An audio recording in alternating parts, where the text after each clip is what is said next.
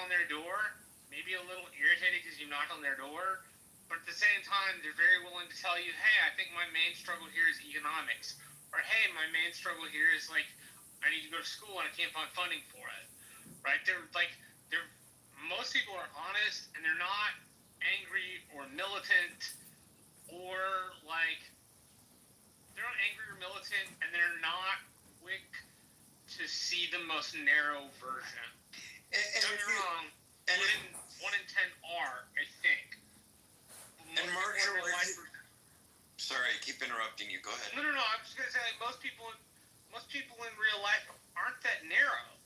They hold varying views about things. Some conservative, some liberal. Exactly. Right? I mean, if you're not an extreme partisan, then you don't necessarily experience it. The internet, in particular Clubhouse, is full of what I would call extreme partisans, myself included. That I agree with, Marshall.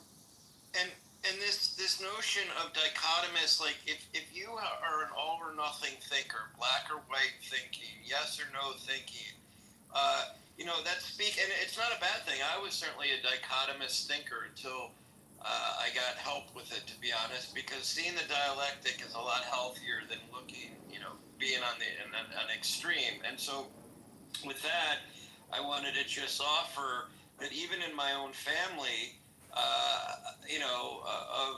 most people were, I don't want to say all were liberal, but many. And now there's people split. In many Jewish families, you'll see people split. They may have harbored liberal views years ago. And I'm not endorsing one way, one or the other. But I mean, the dialect, there's a lot of people on the spectrum. But one of the things that, to Marshall's point, that makes this app, the reason this app is so alive is because of dichotomous thinking, rooms that cater to high controversy, and so we do get a bit of a sampling bias with regard to Clubhouse.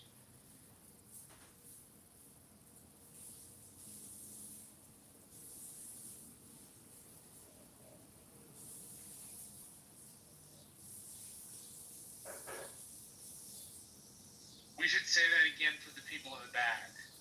Clubhouse is fun, and we're all like friends or friends-ish. But Clubhouse is not real. Real life is way more fucking complicated. Can we mod Anson? Exactly, Marshall. It's like we go to these rooms, we're friends with so-and-so. I mean, to your point about life being far, you can't put pigeon into this or left or right. I mean, I guess I'm living proof that fact that I'm in this room, this house or this room often because I'm okay. I can veer away from my lefty pals who sometimes also say some concerning stuff, not even echo chamber stuff, but kind of a bit narrow-minded. So you go into the real world, which, by the way, I wonder honestly how many folks here. It has nothing to do with politics. When you say, maybe during the pandemic or whatever it was, when you're like, hey, I found this app called Clubhouse, and before you even get the sentence out, are your friends like, huh? Are they like, never heard of it? Are they like, sorry, what? What's that? Right? Yeah, I think I found one person that heard of it. One. It's wild. Me too, one, and we're actually friends now in real life. It's really one of the few that I've met in real life. It's so rare. So Serendipity talked to me privately, and reminded me that if Moose wants to go around the app calling people race-based bigots, then he'll have to justify being modded up with one of the most disgusting creatures. There you go. Exactly. Free speech, freedom of speech. We're happy to see him there. We're happy to see him. There you go. And if any of my lefty pals want to judge me for being mocked with whomever, well, then you go play with dynamite sticks on roller skates.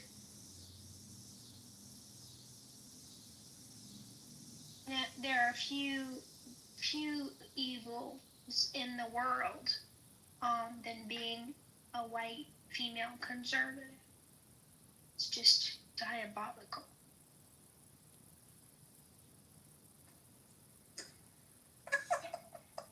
Anson, I'm happy to see you, sir. I hope you'll consider resuming your room.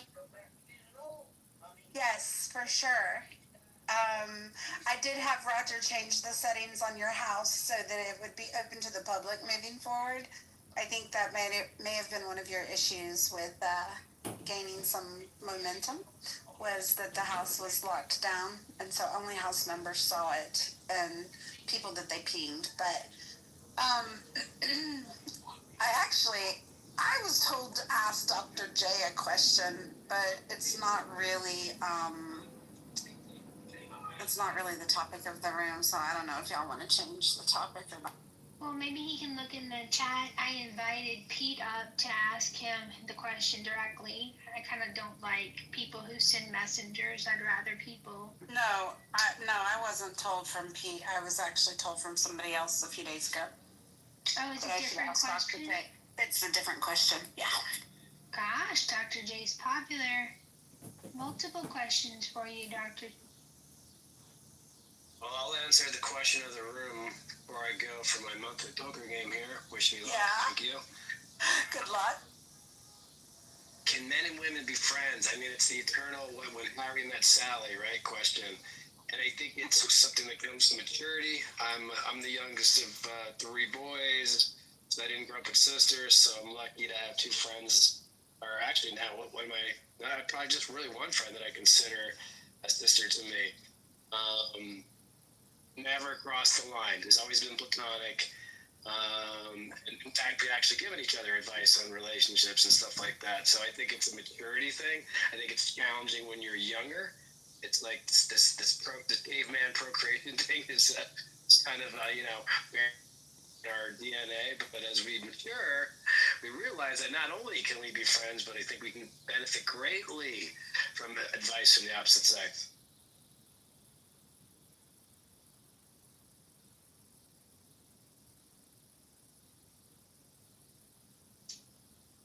Good luck on your poker game, Moose. Thank you. I'm going to fight the urge to chase the river. Anyone plays poker in here, you know what that means.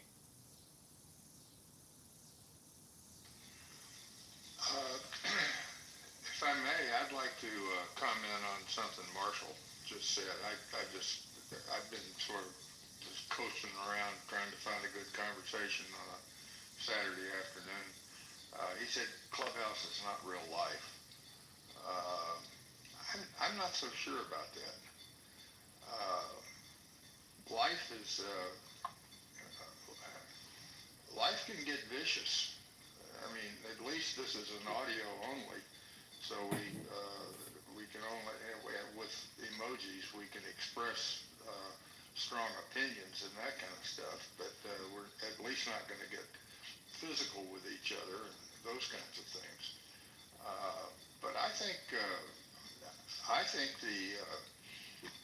the divide on Clubhouse that is so evident, and I want to exclude the really.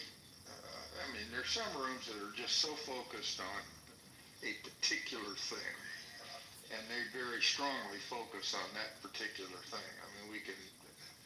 I don't want to give examples, but there are some rooms that at least the topics are open for honest debate.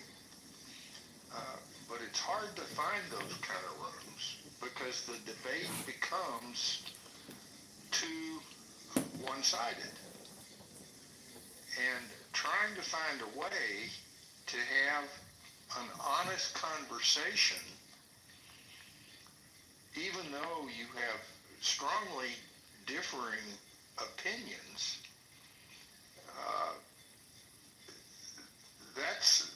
that's what I'm trying to find on Clubhouse, and you know, it's hard to do, and people, I don't know, I guess I'm frustrated. You know, somebody says that you want me to reopen my room, the room. Well, it's Roger's room. That's why I've you know, because I'm not a geek. I don't know I don't know the mechanics of opening, closing, posting polls, all that. I'm slowly learning. But I'd rather be in a support role rather than in a in charge of the room kind of thing. And trying to find even a small group of people that are willing, that have differing views. I mean, Moose, for example, I've seen Moose, just superficially in some rooms. But I know he's on the left, but I mean, Moose and I have been getting along real well, and we can have differing opinions. There are, there are sometimes, one that really astounded me wasn't in the rational discussion room, but it was in a recent room where somebody who I generally respect put in the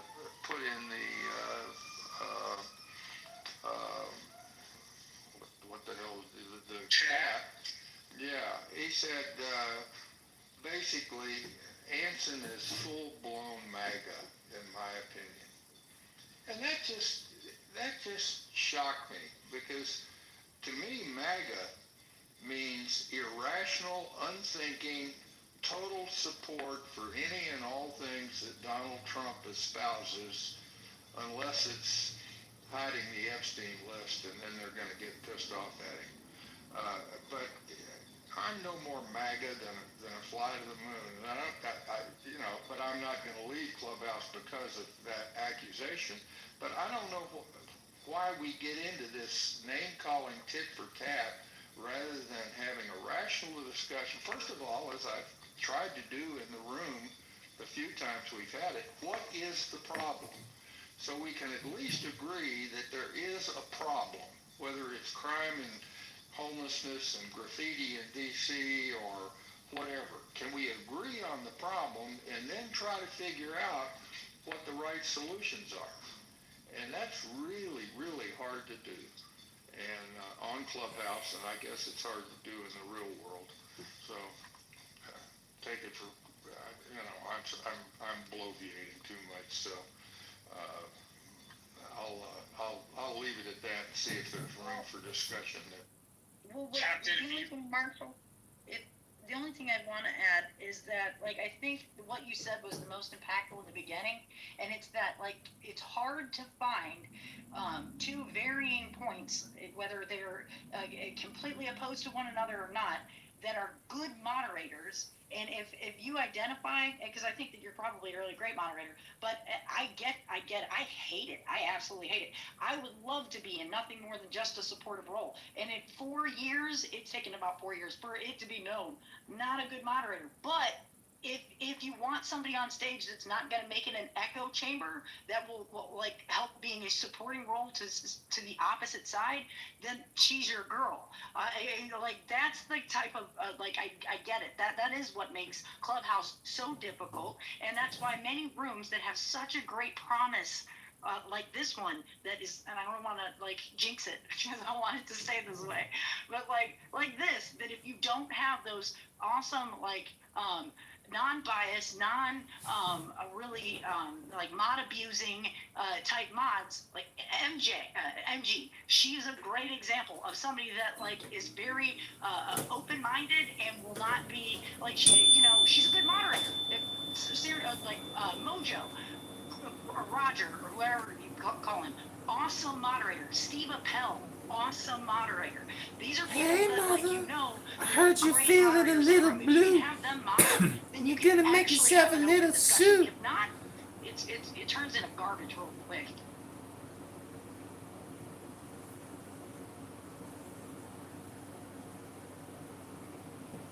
Marshall, were you going to say something? I was going to say, Captain, if you need help with the room, I'll happily pitch in. Of course you will, Marshall. Thanks. I'll accept that. Right now,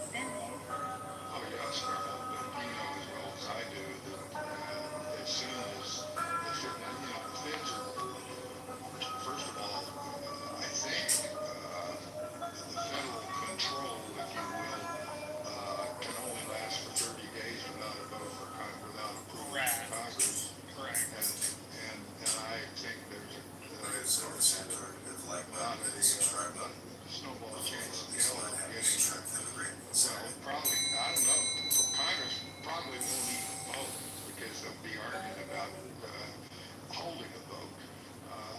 Again, one of my big complaints about the Great Divide is Congress, as Marshall and I don't agree on it, but Congress has essentially abdicated its role as a third branch of government. It's so unable to legislate the government.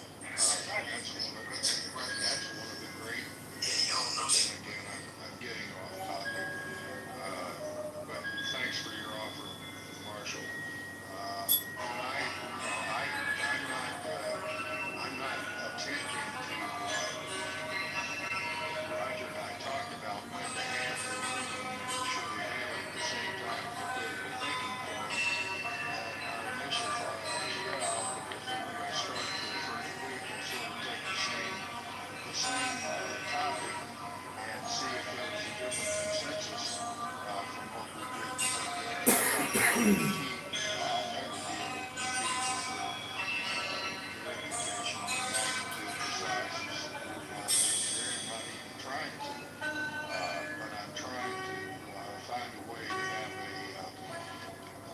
quite frankly, a more rational discussion of the issues rather than what I consider to have been a decline into partisanship that I don't like at all. So, I'll go after Marshall. Go ahead, Marshall. No, I was gonna say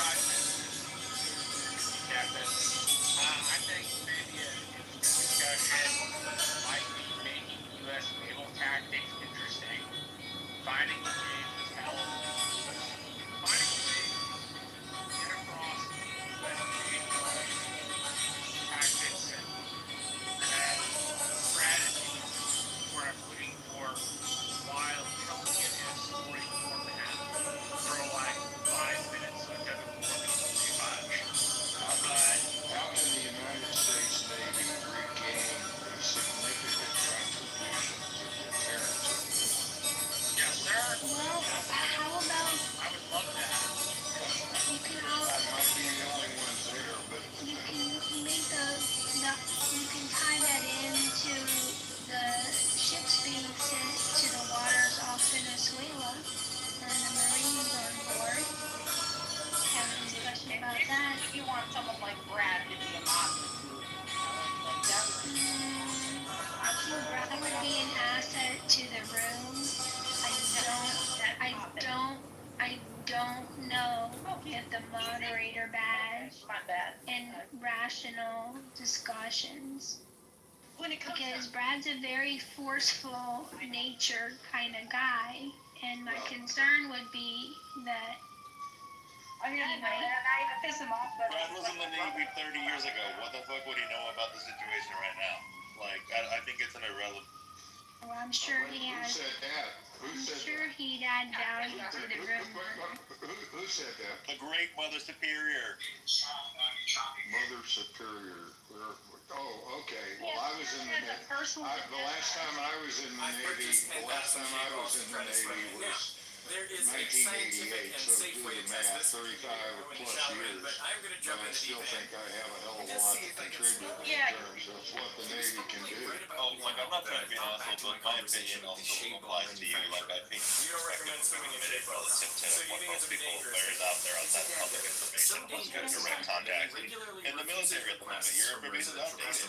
Okay, appreciate so you making what an information exception. did you, We will not wait, what information then could you offer with your experience of the United States Navy in regards to this current event that would be, I would say, better as a moderator or a support person in a room holding this kind of discussion, moreover than the gentleman that was just speaking was the person in the listening lounge, both of which I would think would have structures. a much better understanding of it. This is a stupid question, right? Like, you literally just said most of us are relying on publicly available information, and so you reframe that question to do a gotcha.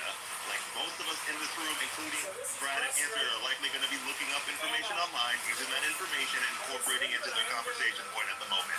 We're You're doing the exact same shit. This whole, what is it, the argument about appeal to authority argument is. How much of Gaza has No, Israel destroyed? it's not stupid. It's those with experience and those that have, I would say, authority to speak on a matter. Now, I could talk to somebody that's like a brain surgeon or somebody that's in med school, and I could say this: the person that's in med school going to be a doctor will have like the up and coming new prescriptions and ways for procedure and process, as opposed to the one that's retired. But by God, I really want to value and put some stock in the one that's done a lot of brain surgeries rather than the one that has literally just started college and has no has no intent in even going to school at all. That just gives their Googled Grok or Perplexity or Chat GPT opinion of it. Sorry, but that's just the facts. Yeah, I think everyone's triggered because they were talking about military veterans, but I seriously, my opinion does not change. If you're that far removed, unless you have direct access to military intelligence to date or are currently related with the government and know the inner works, you have nothing else of additional value than everyone else on the stage. You're not that much better. We're not going to agree on this, Kitty. You can be mad all you want, but my position does not. Nothing personal. I mean, I appreciate you giving in good faith answer. I don't agree. I would only ask Mother if, do you believe that Alfred Thayer Mahan is now out of date, completely irrelevant, and no one should ever read him again? Do you even know who Alfred Thayer Mahan is? I have no idea what the fuck that is, nor do I. The Influence of Sea Power on History, written with the British Empire and the Royal Navy as an example. And as far as I know, it is still the basics, one of the most basic texts still used at the United States Naval Academy today on a year-long history course of the influence of sea power on history. I think that's awesome. Honestly, I do. My dad went to Great Lakes and just served in Vietnam, but I have respect. It's not. I'm not asking for respect from me. I'm just suggesting to Mother that to have a legitimate discussion on basic geopolitical, geostrategic issues is not dependent on having the most current intelligence information. That's a tactic. That's not the strategic view. That's not the view from 10,000 or 50,000 feet. And that's one of the things we're lacking. One of the reasons, and I'm not trying to attack you, Mother. I'm just trying to make a point and look at my profile. Is how can we use the lessons of the past to basically stop repeating them? And I think that is of tremendous value, because part of the discussion on Clubhouse is what was the recent headline that pissed you off, rather than trying to get into the underlying problem of what caused that headline to be written in the first place. And I want Mother to get to respond, but I do want to get your opinion, and because I've heard it recently on the news, as far as like after World War II or right before World War II, there's that island that we like made it to where we could shoot off nuclear warheads or whatever, and then apparently right now we're going back to that same location.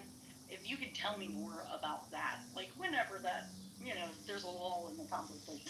Yeah, I have no idea what originates from, right? Like, some of the dumbest people that I've ever met in my life are people who went to the military and the Navy and etc. because they couldn't get into universities and colleges, right? Some of the stupidest people I've ever met my entire life. This notion that every veteran knows what they're talking about and every Navy person is the most intelligent person out there on this specific topic. Like, some of these people just went because they couldn't find any other way to make an income or to move on forward with their life, right? Like, that's a very unpopular position. Hold on a minute, right? That's a very unpopular position, but it's the truth. Some of these people don't know what the fuck they're talking about, and this whole notion that we have to treat them all as some authority figure, because the conversation started with Brad would be a good moderator because he's formerly from the military. The logic in that statement is what I find to be flawed. It's not an attack on Anson, it's not an attack on Brad. The logic as a foundation is what I don't agree with. they give some of the best scholarships and allow for some, and I'm just saying generic, like for, and not just them, but their children to attend some of the best schools in our country. You're a moron, and I completely disagree. Hold on, not everyone is going to West Point, right? So you're going, some of these people are dumb as fuck and are not going. Right, some are dumb. Finished high school, but then ended up going in straight into the military, and afterwards getting his degree. So, like, Point of order. that too is a complete moot point. Oh, that's Dr. what King. that's Hello, everyone. Idiot. Hello. So, the military won't accept people with low IQ, as Nicholas just posed, because no, You need to have a diploma. IQ. They have IQ requirements because they found people with IQs of, I think it's 90 or lower, or worse, than not having them at all. They have a negative impact on their crew, their fellow soldiers, their military escapades, all of that. So, dumb as shit, or dumb as F, or whatever you said, is measurably untrue, Nicholas. And, we don't have to fight this hard about. No. Yeah. Everyone's entitled to their perspective. Were you not able to get into the military? Yeah, because I need to waste my time. Because I got. I just want to say that I just want to say you cannot be low in. It is not. We got it, love. We got it. But in order to join the military, the Army, the Navy, combat, intelligence, you need to have a diploma, and you do need to take testing to know if you are even qualified to handle these certain situations. So there is a form of intelligence, mother, when it comes to joining the military, Army, Navy, or whatever. Even if you're a desk person, you're not just a dumbass. You mean who didn't graduate school, who's poor with no job dreams, just to join the military. Yeah. They don't just allow people who are dumb to join. Right, and he said majority. I mean, y'all know what I'm saying. It's not that fault. It's not true. You can get all mad because Americans love the military, but it's the reality. Okay, Some of the lowest performers, dumbest people from my high school were the first ones to join the military because they couldn't get into university. I know. Yeah, that was the case for significant portions of the people that joined the military that I know, and that's fine. Like, they found a way to make their life, but like, let's not pretend like these are the cream of the crop on the planet that joined them. So again, Definitely below 70 is an IQ. So again, I'm just going to ask the question: were you not able to join the military, and that's why you've got? I have a 4.0 GPA and got a full ride to university. I didn't need to join the military because I had options. Stop. So if I may say something, Stop. who's telling me to stop? I'm telling you to stop, please. Yeah, but why are you telling me to stop? Just stop for a second.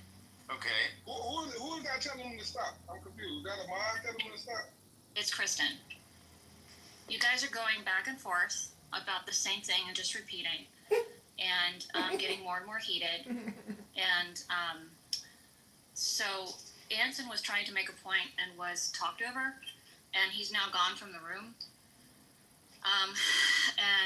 So he lost what he was going to say. And okay, he's back. So if you guys can watch, if you guys couldn't just, share your opinions, share your feelings and things like that, but please do have some respect for each other. And if you said what you needed to say, okay, great. And please don't repeat. Thanks. Marshall just asked me to go private, and we did for just a minute. But I do want, and I'm not gonna try to get. I'm not mad, Mother. I can take your shots, but I do want to give you just a little bit of perspective.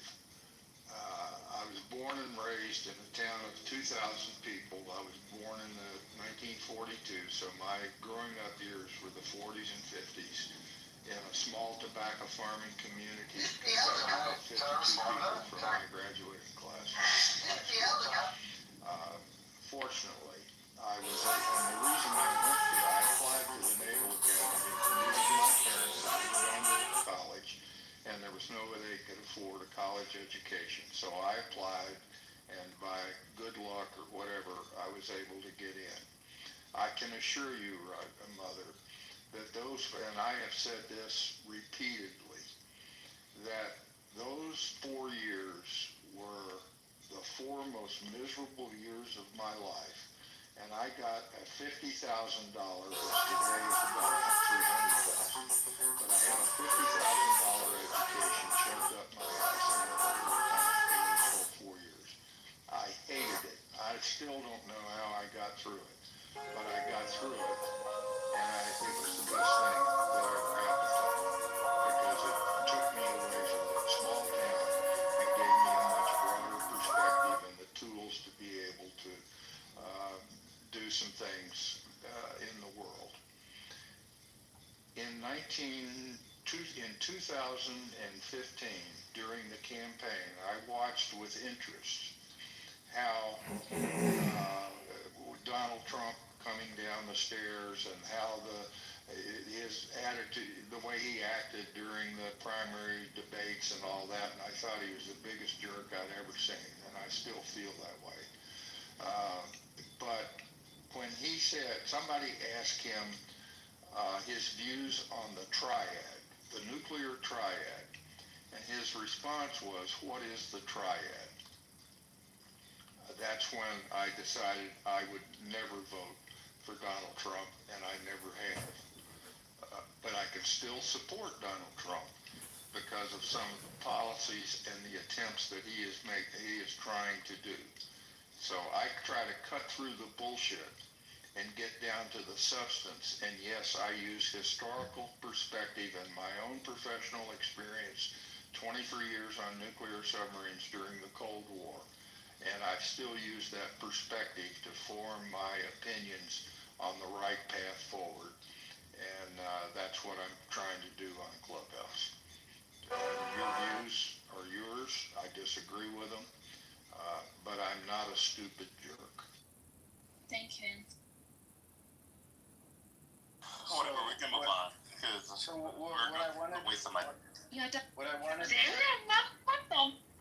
Doctor, I'm sorry, the driver. If you would like to go and Yes. speak. So I think that there are like 1.8 or 1.2 million enlisted people in the armed forces. Many of them, unlike officers, they don't join typically with college degrees, right? So there's such a varied range of intelligence in the armed forces. But I think from a socioeconomic standpoint, you'll find that people that go to independent schools typically have the resources to be able to pay for college on their own. So they're not necessarily seeking scholarships, etc. So I think that two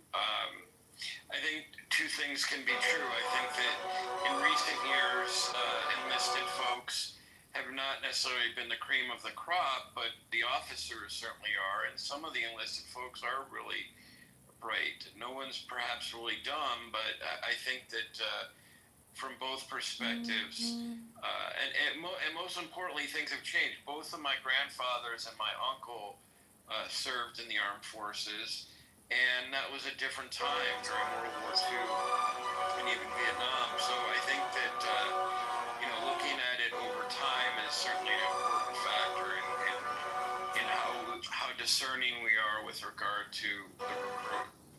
I mean, one thing to remember about the enlisted force, it is very job dependent. And like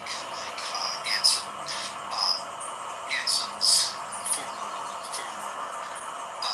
occupation in the Navy Force, enlisted people that work that and very highly skilled. There's enlisted people that do a lot of specialty jobs that are extremely intelligent, but you also need truck drivers, you also need a wide range of things.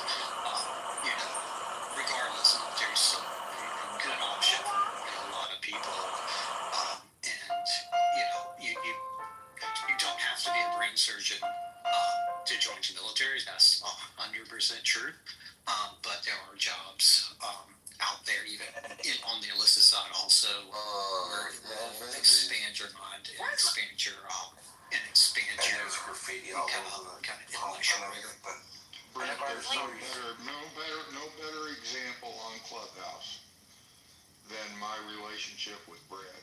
Awesome. I disagree with Brad a lot. I mean, he tees off far more than I would hope that he does. But Brad and I have, the reason I joined the submarine force is because there was very little distinction between The aim of officers Krav Maga and is to defend crew. yourself It was and the end the merit, fight it as was your quickly own and effectively capability. as possible. If you I'm going wore to the take you through some Dawkins, essential you techniques had and give earned it. advice to help you defend And yourself. the enlisted guys and the officers had to do the same thing to earn it, to learn to wear the Dolphins. And there was very little distinction within the submarine force between the two. You're It going was for all a space, based on all right? merit. Logan, can you hit him in the face? And I certainly agree with you that there was extraordinary contribution. The submarine force was a band of brothers, and very little distinction of rank. When we were at sea, we all wore poopy suits. You know why they called them? Well, I don't even go tell you why they call them poopy suits. Well, no, because when it was a one-piece suit built when our submarines first went to sea. It was lint-free, had no buttons, no snaps. It was all Velcro. But when you sat down on the toilet and on a submarine, when you stand back up to flush, you have to operate 3 valves at total level. And your suit, the top part of your suit may very well fall into the toilet. And that's why they were called poopy suits, and I think they're still called poopy suits today. How's that for a sea story? That's a good sea story. But in fairness to Mother, I don't know, you might have left. There absolutely are idiots, like absolute idiots in the military too. It is a subsection of American society, and frankly, there are jobs where being an idiot is fine, and you serve your country, and you do good for America, and that's okay also. You want to get into current politics, you ought to read about the change of command that just took place at the Naval Academy, where the superintendent, they changed command between the two superintendents, and I won't give you the details on that one, but oh my God. And I've watched the whole ceremony, and boy, do I agree with you, Brent. There's some really stupid people in the military, always have been, but there are today just as much as they were, and trying to figure out how to sort the wheat from the chaff is still a challenge, as with any organization that has 200 million or 1.5 million people in it. So, okay, when I say this, everyone goes on a titty tantrum, loses their mind, and starts to freak the fuck out. Closely repeat what I say. No one's losing their fucking mind. What we do, you guys can't do. Like, So, everyone we got fucking knows extra this, Spanish. right? It's not something that is a secret. Everyone knows that the lowest tier in society goes to the military. We're not gonna let the subject go. And some of the highest tiers do too. And the I was difference between defending you your and honor, Anson Mother. is Anson actually served and he has the right to do that. But really quick, Anson, what I was going to ask you, I think it's the Tinian Island. I could be completely wrong, but I believe that's what they're trying to like revamp or remodel to protect us from Tinian, China. Christ, Yeah. that's where we did nuclear. I think Tinian was the first hydrogen bomb explosion back in the late 1940s. But no, we're not retaking islands in the Pacific in order to advance nuclear weapons testing or launch pads for nuclear weapons. We have plenty of launch pads. They're called Trident submarines. So no, America is not trying. In fact, we're trying to stop China from building their own goddamn islands out there. That's what we're trying to do. And then we can argue about can the U.S. Navy today, as currently led and constituted, able to do that, and you'd be surprised at my opinion on that. So let me defend Mother's honor just for a second. I think his basic point was that just because you're in the military doesn't necessarily mean you have I like agree. said, I there's a agree con- 100% with that, Brent. I'm an old fart. It's been a long time, but I do have my opinions, and they are based on experience and a degree of fact. So I mean, I appreciate for Brent, but like, I don't need to be white splaining for the stage, right? Like, it's a little ridiculous that everyone here knows exactly what I'm talking about. I don't need it to be softened up and polished because then people are in their feelings about the topic because it's something that triggers them personally, right? Like, I'm gonna communicate however the fuck I want to communicate, and I don't need someone to tell me to reframe it or whiten it or soften it because they're too much in their fucking feelings today. Right. And, Okay. So does that Yeah, it's just there's no doxing. So hold on 1 second, Ted. Hold on 1 sec. I just want to share in the comments below. There's an interesting book I shared an excerpt from.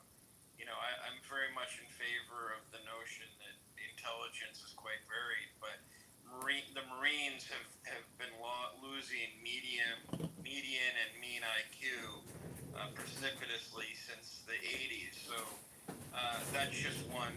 And I actually have a friend who's an intelligence officer with the State Department who said that she always had difficulty working with the Marines because they weren't necessarily the sharpest knife. Now, that's not to say every Marine, but in general.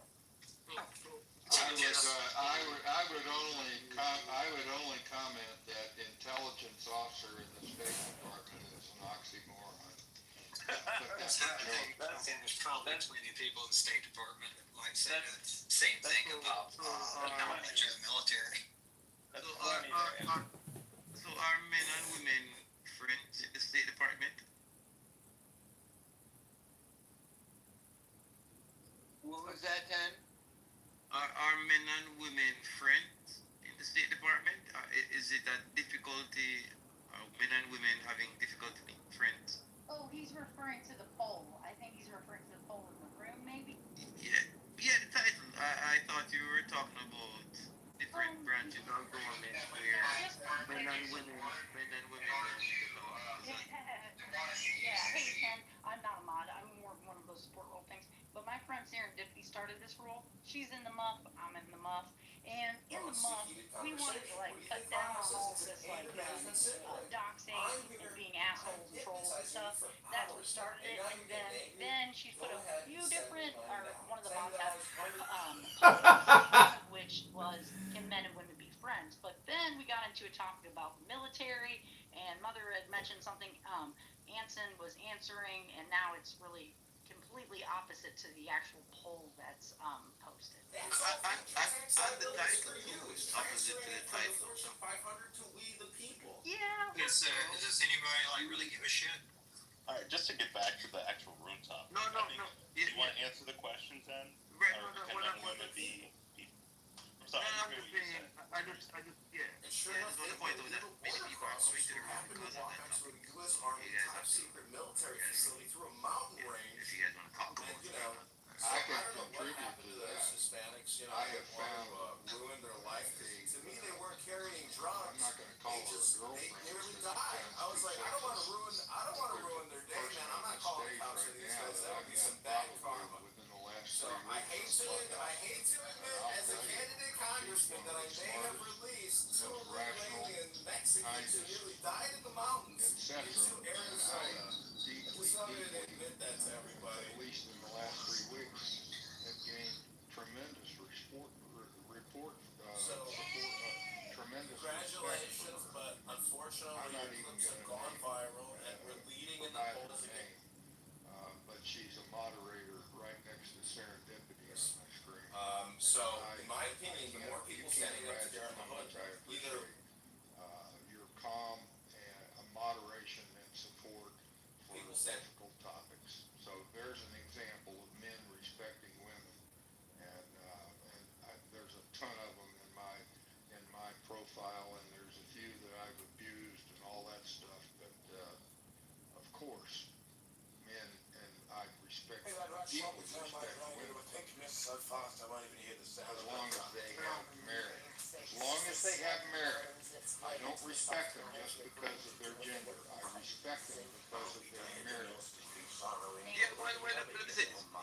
Men and and women can be friends as long as they probably had a relationship before. Like probably I don't know Nye from Adam. I've never met. like they tried up becoming boyfriend and girlfriend and it didn't work. Yeah, but you hear what? Yeah, but you hear what Anthony's saying? He's saying the opposite of that. He says that he has a tremendous amount of respect for his female monitor, of whom he's never met in real life. So, I don't think it has to do with being friends in real life. You know, respect is something. That's kind of different than the question. Exactly, that's different. but I do think that you have to. Well, guys, we should get Nye has been trying to speak. Right. If she speaks now, because she may not want to fight, but I kind of. All right. I just want to take time because I was sitting on the edge of my seat to see who Anson was speaking about. So when I heard my name, I'm like, wait, what? Listen, Anson, thank you for the kind words. It's been such an honor to get to know you on this app and to sit at your feet to listen and learn. Roger introduced most of us to you and your voice, and so I'm so grateful to have witnessed your expertise and indulge in your knowledge live in 4K. So thank you, sir. Anytime I can help you in any one of these rooms is an honor, and I am like just over the moon by your compliments. Thank you so much, and thank you to my fellow mods for just giving me just a few moments just to respond.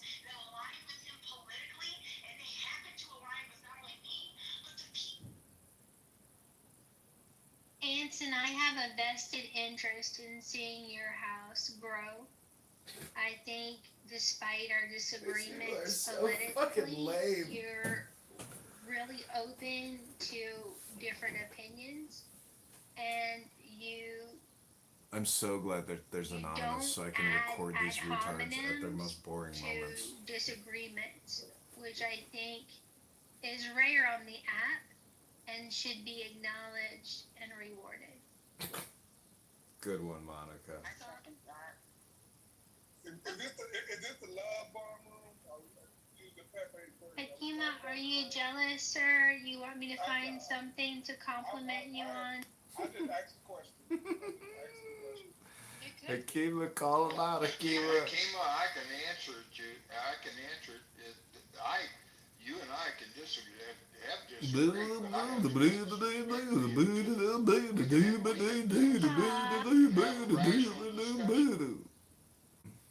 See, Hakima, and watch this. I can give him some love emojis to your comment, to his comment about you. But when he was commenting about me, you gave him the laughing emojis. Don't think I didn't see that. This is called wasting your time on a Saturday night. Alright, I'm gonna go work out, everybody. I hope you enjoy this Clubhouse live stream. Brought to you by Slipper, aka an F-word N-word, aka Dr. Adams. A real F-word N-word. And he's been the source of many of our problems. So if you come across Dr. Adams, you may want to block that F-word N-word P-word. P stands for psychotic. Obnoxious. We can call him an F-word, N-word, P-word, O-word. I've looked for Anson's rooms over the week. Oh, really, Monica? Oh, that's just so sweet of you that you would... So, a point of that, if I were Gary, and I had someone who was competitive with me, I would be grateful. Oh. Because when you have competition, it makes you sure that you're on your God bless A game. Anonymous, right? And I'm not afraid of Could you competition. imagine getting kicked out of this room? Because it strengthens me.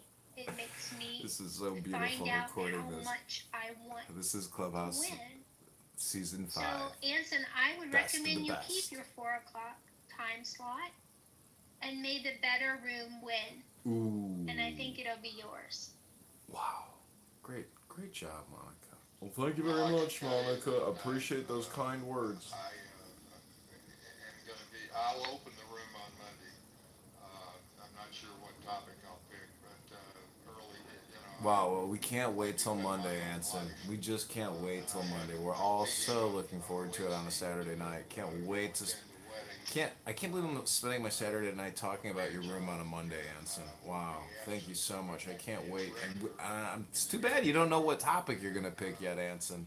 Be great if you knew what topic you were gonna pick on Monday. I'll 'Cause also share this. oh, I mean, Steve and Steve Wynn, routinely are the conservative voices. I am not a MAGA voice. I'm a conservative. he didn't vote Trump. He hates Trump, but he'll tolerate Trump. And he's not a Republican. But now he's a conservative voice. And Tiger, who I have accused of being a member of the Chinese Communist Party, but I have grown to know Tiger quite well. Well, not well, but I respect Tiger. And when Tiger and Steve and I offer views that are counter to what the consensus of the room is, it sometimes gets pretty rough. And the straw that broke my camel's back when the topic was about environmental changes that were being made, and I offered the comment that caution in opposing wholeheartedly, ranting and raving against the changes that were being proposed. We should take caution in doing that because there were some elements within those changes that I think are desperately needed. And Mother, I make that assertion because I ran a nuclear weapons facility for several years that was trying to do environmental cleanup after 50 years of contamination. And I'm very familiar with RCRA, CERCLA, and all the obstruction that can come out of the environmental movement. So I offered a word of caution in that room, and Gary came back at me and said, so that means you're in favor of allowing polluted rivers in Cleveland where they can't fish and swim. Oh, Lord. I left the room at that point, sent Gary an email, and I sometimes drop in to listen, but I don't participate any longer. I mean, that's the kind of bullshit that goes on that does not contribute to rational discussions. Let me leave it at that.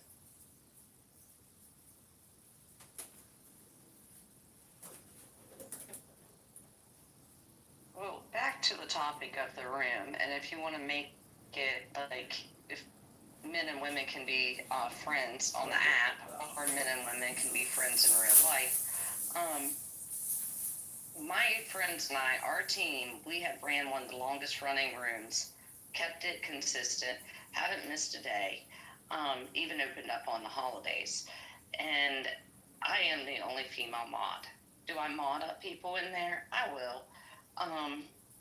Because we don't have any problems in our room. But it is a team of me and 4 guys. That's it. We sit down, we come up with topics, what we're going to go over. Thursdays in our room, we sound like we can't stand each other. Fridays, we come straight back and are good to go. So can men and women be friends? Absolutely.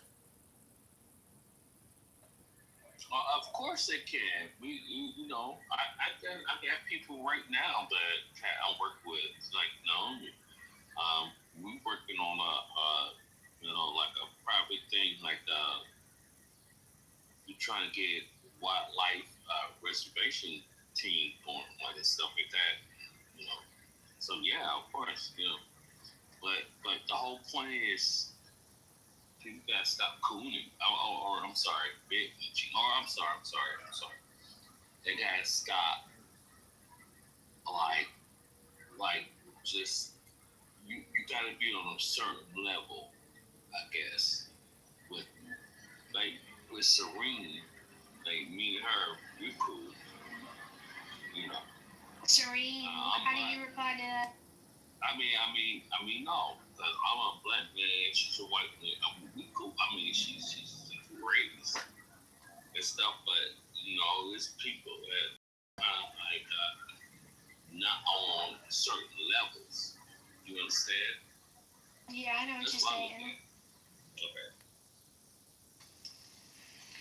Kitty and I tangled just a couple of days ago in the room, and I told her to shut up, which I rarely have ever tried to do. But can Kitty and I get along? Well, I guess we're going to do a stork dance and see if we can get along. But I will tell you. And by the way, Brad kind of lowered the boom on her because he was the moderator in the room. But can Kitty and I get along? Well, we're not fighting like cats and dogs right now. I truly believe y'all can. Like, we all can get along. Like, you know, we just gotta pretty much like have you know, like a certain I guess we just gotta like, okay, yeah, I agree with this, I agree with that type of situation. I think all of us get along. No matter what color or anything, I Boston, somebody's going. But somebody has to give a little bit of flowers. Kitty and I do a good job of like trying to parse out pragmatic shit. Maybe that's because of your upbringing, maybe it's because of your job, maybe it's a little bit both in your friend group. I have no fucking clue. But you do like a fairly decent job, like a more than halfway decent job, which is a compliment, not a backhanded compliment, of like picking out the pragmatic thing in a political conversation to make something function. You seem to ask systemic questions about like, how does something work? What do you have to do? That kind of shit. And you're like particularly good at it. So just want to tell you. Yeah, but what y'all, that's what y'all think about. And the whole thing about it is if you're going to be that way, you're going to be that way. Like, I mean, like, you know, you got a lot of racists in here. Not racist. Careful. Oh, yeah, I know. You gotta be, you know, there are a lot of race in here. You got black, you got Hispanic, white. You gotta just like be careful. Just like she said, careful what you say. Like, I mean, you know, you can really. I mean, I'm cool with all. Dude, my kids are mixed and stuff. I mean, you know, it's different. But the whole thing is, you just gotta be careful what you say in these rooms, dude. And you know what? Earl, you've been invited up, hun. Like, the Serene, me and her, cool as fuck. Like, we you know, I mean, we are. And so, it doesn't matter what people say, me and, I don't know if y'all know Ann, y'all don't know Ann. Much in this room. But we cool too. So. Serene and I are also cool. It's nice. Hey, Bruce. Yeah, I hope so. Pearl, honey, you were invited up.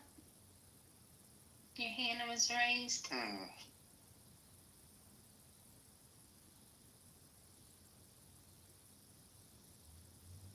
All right, Anson. Marsh's gonna help you set up the rooms and such and such and such and such, and I'm standing by in case you need an assist.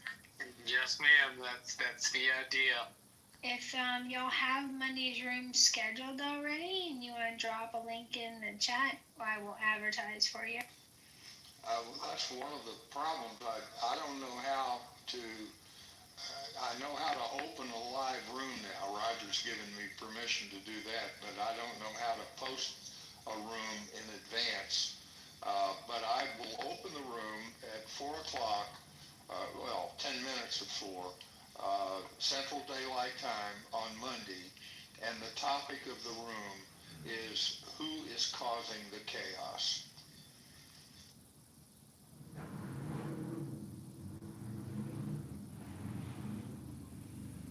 I'm gonna tell you right now. Oh wait, hold on, Bruce. Just a little bit of housekeeping. So you can schedule a room. You can schedule a room, and you can schedule it with the title "Rational Discussions," and then have it set to open at 3:50 every day. And what happens is when you're if you miss a day, it just You just lost me, Scarlett. Marshall or Scarlett, either one of you, open a room 10 minutes before Central Daylight Time this coming Monday, who is causing the chaos, and then I'll open the room when it's time to hit live chat, and we'll go from there. And that ought to be pretty simple. Y'all are planning on bringing this into the next week? Like, are y'all serious? I'm telling you, if y'all don't stop fighting about this, I'm gonna block every. No, I don't know what you're talking about. Yeah, no. Nye, do you know how to do scheduled rooms? Nye, can you do that for Anson? I heard Adam's voice, but I don't see him on the stage. His slippers. Adam's not here, but Clifford. Yeah, we'll have no ducks on stage, ladies. Why didn't you just go for bonnet, Adams? Adams, that shit was fucking hilarious. Because I don't wear a bonnet, I wear a slipper. Oh, slippers. I didn't know that was him. That's okay. I was looking at the stage, like, where is he? I don't see him, but I hear his voice. What's going on? Okay, I get it now. Adams, I swear you're so funny. Your voice just came out. No, but that's so true, though. Like, a week from now, you know what I mean? I feel like new shit will pop up from that. Okay, so wait. Scarlett asked me a question. Do I need to open the room? Set up the title? Is that what we need? Yeah, schedule daily rooms and rational discourse. And I cannot. I don't would think do she it. wants. I don't think she wants to do that though, Scarlett, because the title changes every day. Right. Yeah, but you can edit.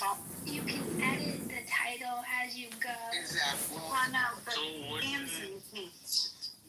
He a suggestion. Wouldn't the most direct way to do this be that Anson put me as some sort of a something or other in the house?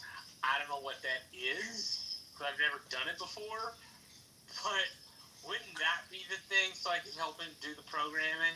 Okay, I'll go to the house and I'll see if I can appoint you to be the leader. chief cook and bottle washer of the Chief rational cook and bottle discussion. washer, aye, Captain. I like you. I just followed you. I like that. All right, and that's an old Navy term, Mother.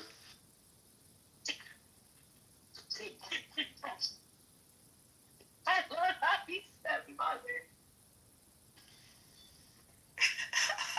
I'm sorry. I think you should wear that as a badge of honor, Marshall. You can take it to the critical thinking forum and say, I am now the chief cook and bottle washer of the rational discussion group. I'm the bottle cook and washer of the SS Rational Discussion Group. Nice. Anson, if you have any trouble assigning him the duties, Nye is an admin in there, so she can assist. I'm gonna say something, y'all. Like, when I learned something on Clubhouse. We're never gonna get to any solutions if we never agree on what type of language to use in these conversations. Like, everyone has a different definition for every word that we use. Whether it's a woman, a man, racism, doxing, like, we can't even get down to a definition of a word and agree on it before we even ever get to a solution. So I feel like it's really hard to even come to an understanding when everyone's using different definitions of the word we're using. So I don't know about the resolution part on Clubhouse just yet because of that. Pockets, I couldn't agree with you more because that's my basic. The reason I'm trying to have a rational discussion is to begin with, what the hell is the problem that we're arguing about? And be specific about it, and then argue the solutions. Don't argue about whether it's a problem or not. Argue about the solutions to the stipulated problem. And we can't even get past that. We can't even agree on what the problems are. So we argue over each other's head all the time in Clubhouse. And so I think the problem with that is, like you say, like we can't agree on what the problem is because it changes per administration. Because when everybody complained about under Biden administration, none of this shit have been fixed, but no one talks about that anymore. Now they talk about entirely different issues now. So like, and then it's gonna change again. So like people need to just stop letting the media tell them what to be fucking pissed off about and really have a stance of their own and stand on it regardless of who's president. Then we can start agreeing and we might get something fixed opposed to being angry about this for 4 years, being that for 4 years, and none of this shit ever get fixed. And one last point, Anson. I am a Trump supporter. I am Make a Great America. I don't believe I belong in a cult. I believe I can be very critical of the things that our president does. So when you paint with the broad brush that MAGA is unable to critique the job performance, I submit that that's a little bit too harsh. And I would invite you to look again, because we're not a monolith either. The term MAGA, not your, with what you just said, Scarlett, I would say you are not MAGA. MAGA has at least gotten the reputation, has been, of a large group of people that are irrationally loyal to Trump the man. And I am not MAGA, but I can be selective in saying that I agree with what he's doing, for example, in Ukraine, and I'll back that up in arguments. I am uncertain about tariffs, so I'm not sure that I know where I stand on tariffs. And I certainly feel that there is a smog, not an environmental smog. There is a smog over our cities, major metropolitan areas, and it has been that way for some time. And it encompasses homelessness, crime, disrespect for law and order, sanctuary cities, etc., that needs to be corrected. And I will debate, I'm not sure whether Trump's doing it the right way or not, but that's the example of trying to have rational discussions about specific problems. And Hakima, it's not just one administration to the next. Today, it's one headline to the next, following behind the hysterical media. So that's what we're trying to fix, or trying to make progress with. I agree with that, Anson. Let me say the one thing. One thing, Bruce, I want to say something. I want to try to answer real quick. Yeah, he's going to do some black points.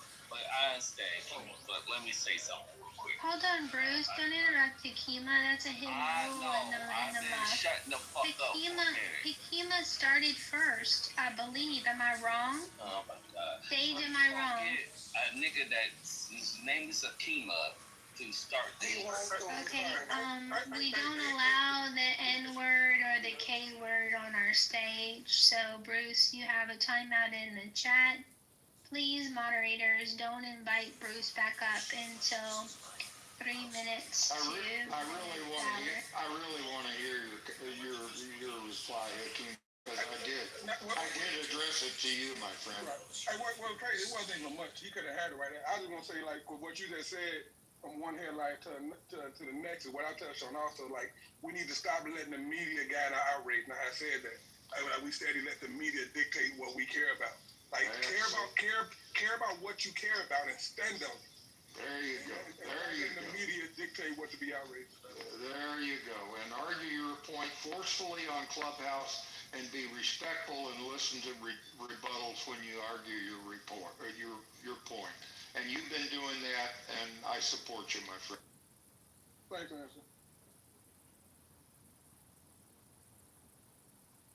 I don't think we've been unnecessarily over-moderating with Bruce. It's a shame he couldn't let Hakima have the mic first. He was being an asshole. Then he want to say the N-word and crack a joke about my name as if like I have a problem with my name. I would hate for my name to be Bruce, actually. Oh, Maxwell joined the room.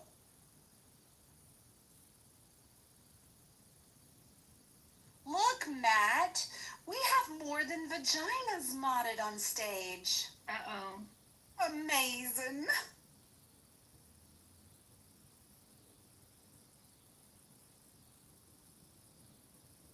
Impossible. Because In the Muff only has female moderator. Right? And they're so incapable. Yeah, what the hell those women are doing? I'm almost afraid to ask, but is there beef with Matt? Yes, there is so much raw beef with Matt. Matt. Cool. Shit, I had no idea. Fuck. Who's got the grill going? All right, here we go. I mean, what do you think about the fact that there's just lady mods in the Muff? Oh yeah, I mean, King come Alan in on. here too. I would only King comment, and Alan in here too. He has some. I would only comment that I'm a mod and I'm not transgender.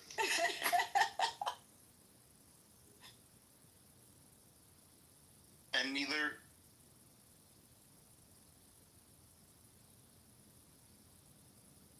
Oh, Mother, you're, can't hear you, sir. I see you unmiked, but, you're not.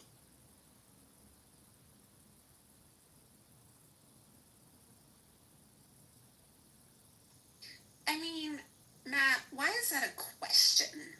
Like, why is it even a question? You should have left the original title of this room, Serendipity, so he would have understood the context of us greeting him so enthusiastically. Yeah, the original title of the room, what I don't even remember what it was. Something about females in the playoff muff? All female moderators in the muff? Are you talking about the very first one, or are you talking about the just previous? Very first one. No, he had a room earlier, something about like what is, or the final answer. Final definition of doxing. What is doxing? The final definition of doxing. Yeah, we put the final definition of doxing in the title for you, Matt. But we were just, waiting for you to come in so that we could ask you. Oh my gosh. When Serendipity speaks like this, it makes me nervous. It makes me want to leave quietly because it scares me. Like, run away, Matt, run away! You know what sucks? The hallway was so dead earlier that Matt's room, I sat in it and I was like, oh, there's someone you have to lock in this room. And I was like, oh, and I'm like messaging Serendipity, I'm like, make a room! This hallway sucks. Matt, I'm very disappointed, but I'll always love you.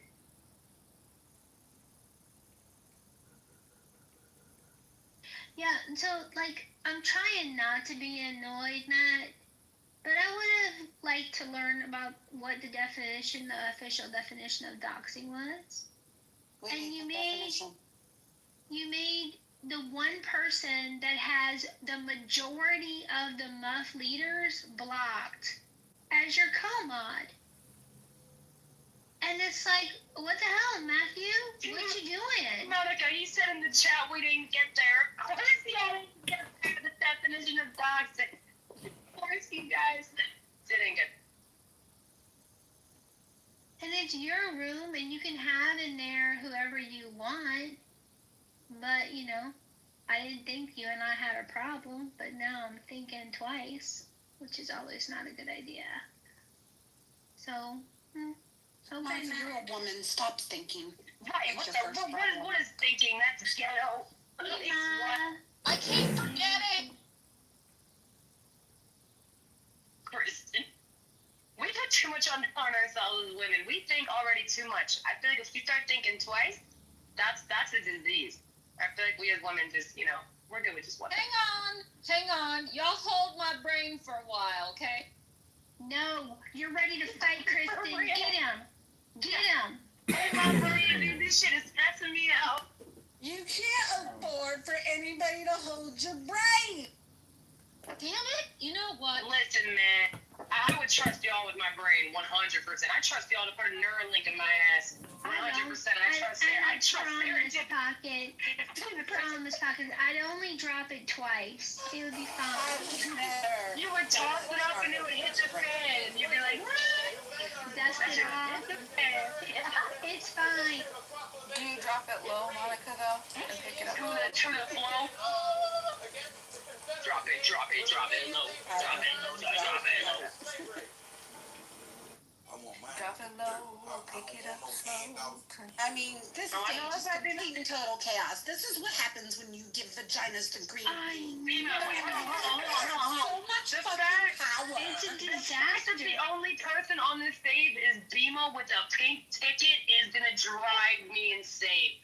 You need to cash that in, like, right now. No, she already has. That's. Oh, she already has? Well, you better leave this room, girl. Come back. Somebody did something shady. Oh, I'm so sorry then. Okay, I support everything you do. I love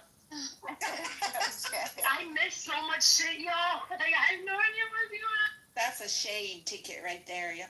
Yeah, okay. We love you, Beamer. Am I gonna be the only one up here dropping it? Come on. Well, I don't got shit to drop. I mean, we could crack our knees. We could do that. Let me crack my knees one time. Hold on. Dropping it like it's hot. Watch out. Nah, dude, my knees will make a beat when I try to drop it down. It's just bad. I'm only 30. We call it the same thing. Dude, I had bad knees on my NCL or MCL in college. Blood everywhere. And that did not end up working out a couple of times. Like, I fell and ate shit, and so I've got problems with my knees. And I've got my 30s. Marshall, that sucks, dude. I'm so sorry. We're wearing bad shoes. Okay. Somebody told me not to wander around inside this, like, pre-framed house. And I was like, but the house is so cool. Listen, bro, I want whatever you're drinking. I love whatever's wrong with you. To be honest, I love every part of you. Oh. By the way, I just for the record have to say that no, I'm not into fighting, but I will fight for Nye to speak. Oh, yeah. I will fight for MG to be able to speak, and I will fight for serendipity to speak, and I will fight for Scarlet to speak, and I will fight for Pockets to speak. Mac, come up here so we can hear your voice. Come on, Nat. And Come on up. We'll only bite a little bit. We can all write it down for person. I don't think you understand. What? We will all write it down for you. I mean, well, yeah, you know what? I'm so over it. I don't have much to say anymore. Hey, I discovered this new butterfly today called the silver, the silver spotted skipper. It's very common. And I was learning about it, and apparently it has like a poop catapult, like when it's a catapult. Yeah, dude, like you could fling its excrements like 1.5 meters away from its body. I love that for them. Did you hear about the pistol shrimp, bro? There's a shrimp underwater that literally kills its enemies with a bubble that's like faster than any bullet. Pretty cool, dude. Pretty cool. Say goodbye to your reading book. The best way to National Geographic, man, we're falling behind from world or from life. No one's watching National Geographic anymore. It's really. The best way to end something is. I just saw it. You're so right. I just saw on Facebook Marketplace this person getting rid of like an entire library of National Geographic magazines, and like it's for free. What? Isn't that crazy, dude? That's treasure. Like, listen, man, lions are down bad. I don't think people understand how bad lions are down right now. But our mammals are struggling.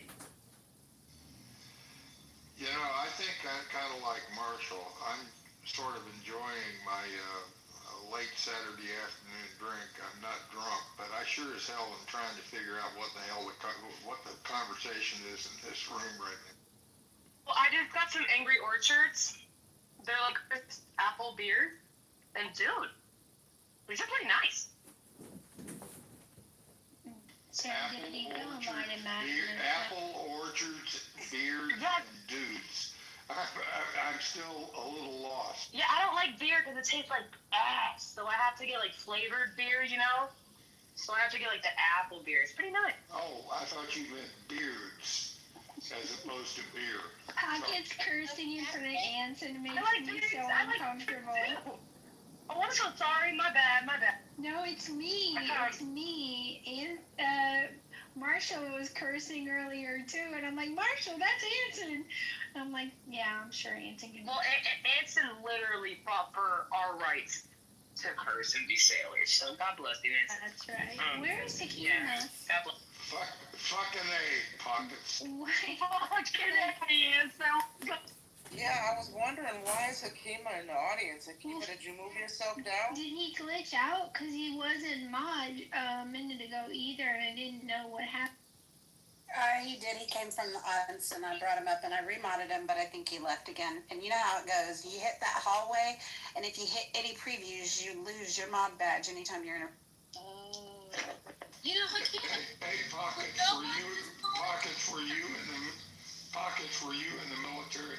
No, my grandfather was, though. My dad was. My grandfather was a pilot in World War II. He was an engineer as well, so we helped build the planes.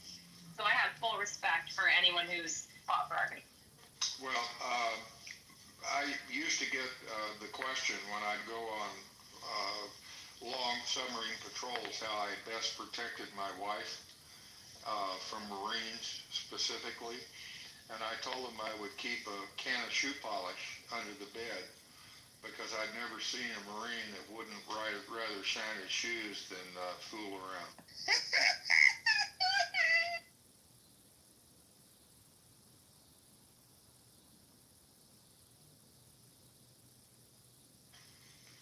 Any Marines want to respond?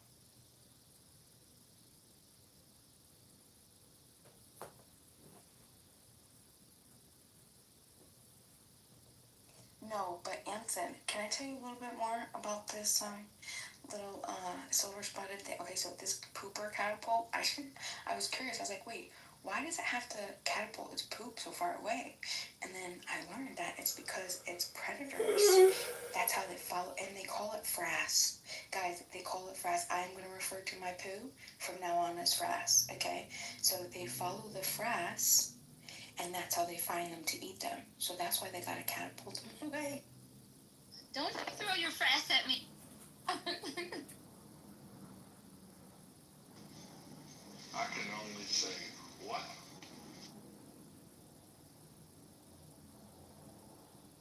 I think frass is a total vibe. Like, what the frass? You gotta be frass and kidding me? Like, this is so much potential. Thank you, Beema. I think so too. Who's frassing in the room? There will be no frass on stage. Thank you very much. Beema? There's a new poll in the room, everybody. Please cast your vote. A new poll? A new poll! And if you don't vote purple... This one's for you, Matt. Don't you vote green either, Matt. I'm watching you.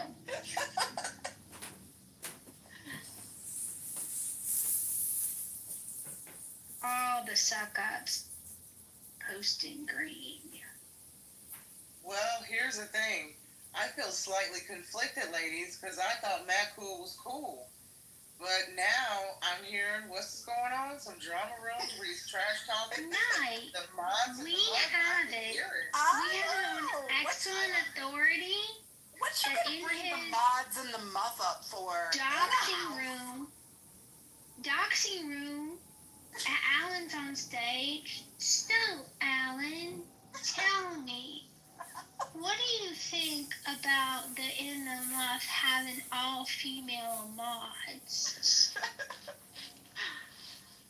Are we wrong? It was so Are we wrong? Irrelevant. I'll stand a correction.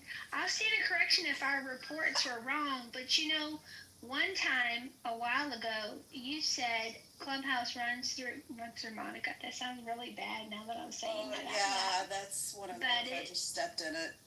Everything Clubhouse, Monica is in the know about. So if I'm wrong, Matt, you can tell me and I'll apologize. So what's your I don't think I'm wrong though. Look, Matt voted like me. I win.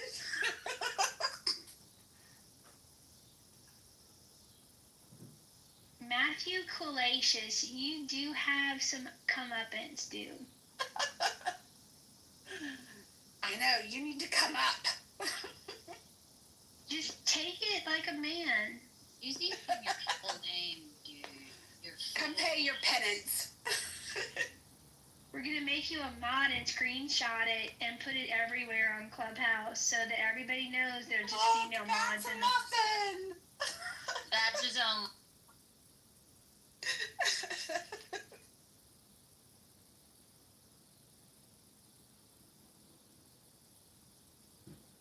For the record, I don't think that Anson nor Slippers is a badge.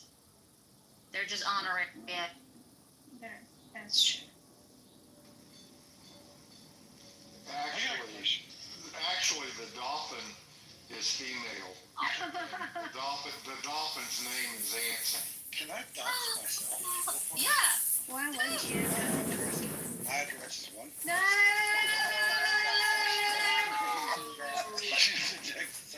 You're such a turd. Why are you frazzing? Cell phone number.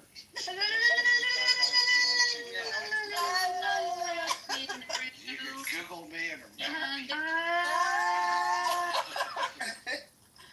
Why you gotta make us protect you like Let that? me tell you something.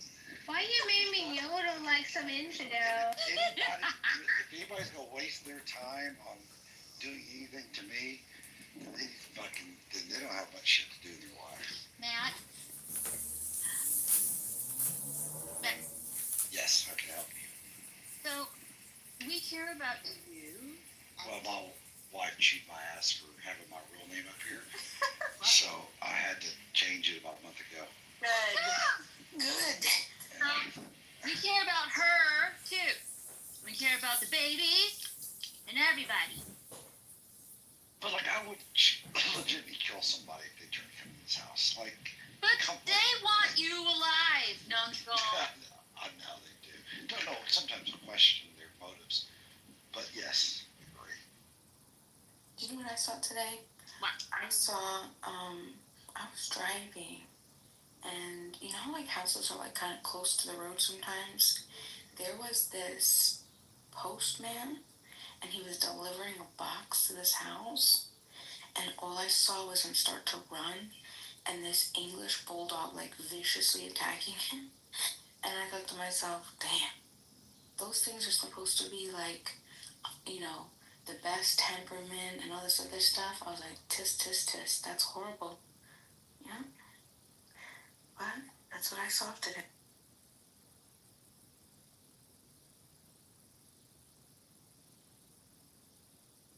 See, but my pit bull wouldn't have done that.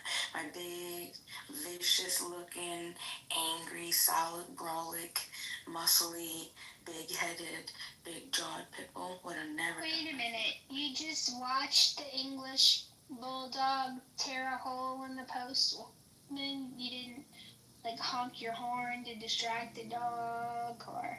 No, I was like driving by, and in this, it's like you have to like slow down to like slowly go around, and all I saw was him like, I was already going around the corner, and he had thrown down the box, and he started to run, and I'm like, what happened? And then I see this dog, this English bulldog, like chasing him, right? And then all of a sudden he stopped, and the bulldog and that person grabbed the bulldog or whatever, but that's as much as I could. I'm guessing that's kind of like. So the postman wasn't injured? Oh, I don't know about all that. I kept going. Bima? You know, it's fun. How do you spell frass, Bima? FRASS. Okay.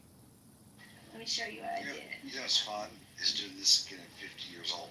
Mickey Mouse Clubhouse, M-I-C-K. All right, PTR, Dima. Something Mickey Mouse Clubhouse at 50. I love it. You know what this reminds me of? And I go all the way back to my high school years, which were in the 1950s, ancient history. But we had a boys, if you will, sorority called the Barons, and I've forgotten what the girls' sorority was, but it was whatever name. And I can guarantee you that the boys' sorority wanted to know what in the hell did they talk about and what was going on in that girls' sorority. The fact that I'm still staying on the stage reminds me that I'm trying to still gain insight into such a conundrum.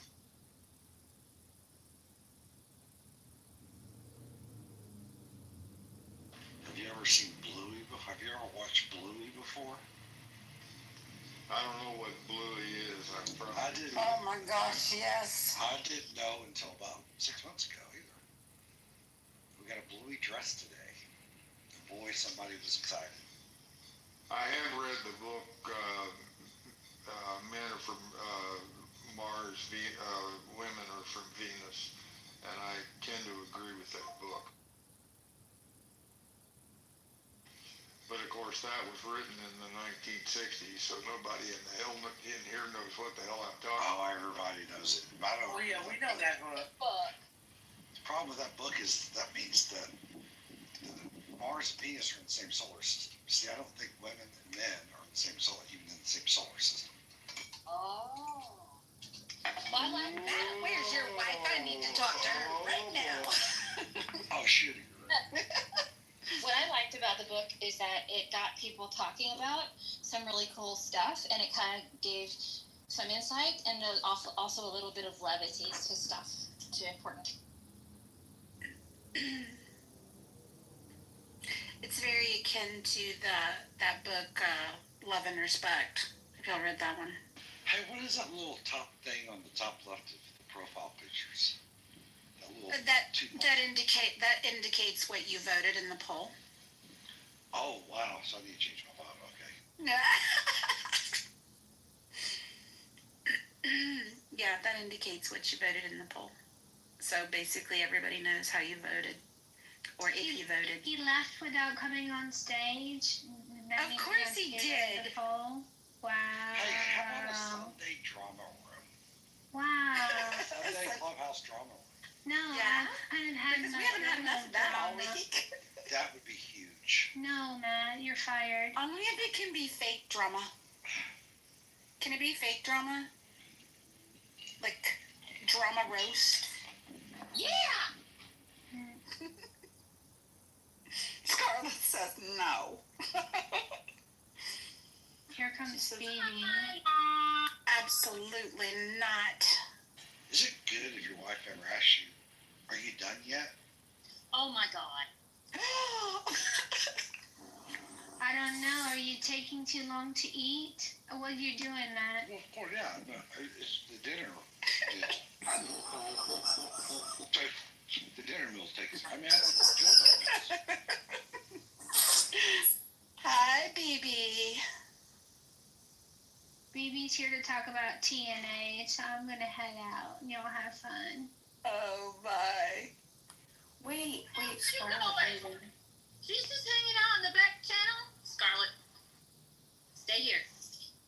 Yeah, you can't leave. I want you to look at the YouTube video.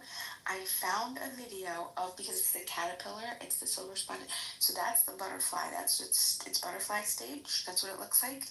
But as a caterpillar, that's when it can fling the frass. And I found a video of it flinging the. There's even like a little. What was that? That's what it sounded like. It sounded like a. That's exactly what it sounded like. Watch, I have the video image. Oh my gosh. And you think I'm crazy? Tits and ass, BB, tits and ass. Yeah, so talking about tits and ass, where's that beloved Roger? He's otherwise disposed at the moment. You just have to keep an eye for him. He is logging in. So, anyways, I was in what's his name's room like earlier with all the doxing. What is going on? It's just ridiculous. It's men in a bunch of dick measuring contests. That's all.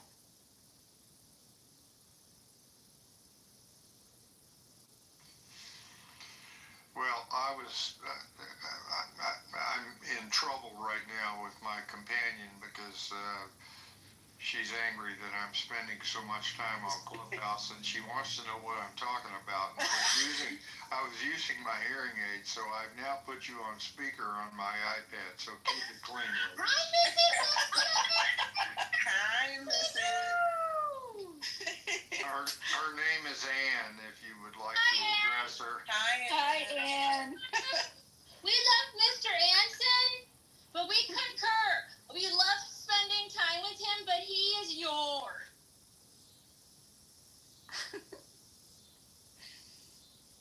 And you can still yell at him so that he can spend more time with you. Keep it coming, ladies, because she's still pissed. I'm not cleaning up your mess, Anson. You go get those flowers and be nice to her.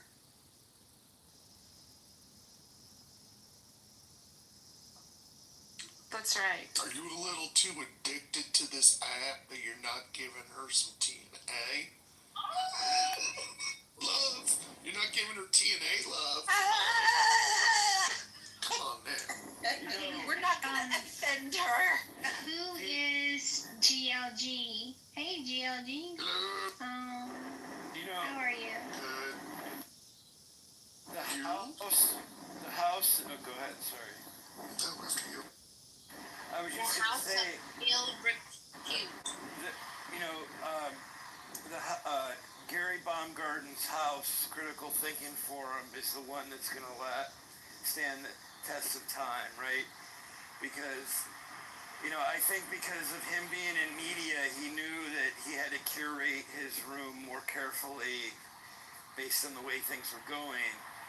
And, he closed the chat, he moves people down.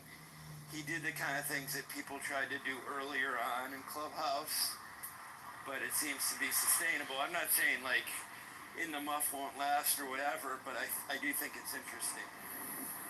Well, wait a minute. Why are you talking about in the buff? What? Jeez. That's funny though. That would be funny. I'm only But hold on, Dr. J. We're not competing with Gary Baumgarten's room. Oh, I know. We're not. I know. Rational discussion might be competition for Gary, but that's not us. No. I'm not at all competing. I just mentioned the room because we're in this room right now. I could have been in any room. I'm not saying. I'm not even encouraging you to use his tactics. It just occurred to me that, I've seen so much come and go on Clubhouse, and I was thinking, what is it? What's an example of a room that may have modified things that has given some sustainability? And maybe it's Gary's, maybe not. I actually think, and this is not disrespect to Gary, but he is very strict. And I'm not going to go on Facebook to join a group to comment on a Clubhouse room for a few reasons. The primary one is that would be identifying me in the real world. Oh, fair enough. As much as I like my ideas tested, there are malignants and malefactors on the app who would weaponize that. So that's one thing. So I can't participate in chat, and I'm not always available to join the stage. And I find the format pleasing to Gary, but not very accessible. Totally, that's a fair critique. Driver, I can assure you that I am not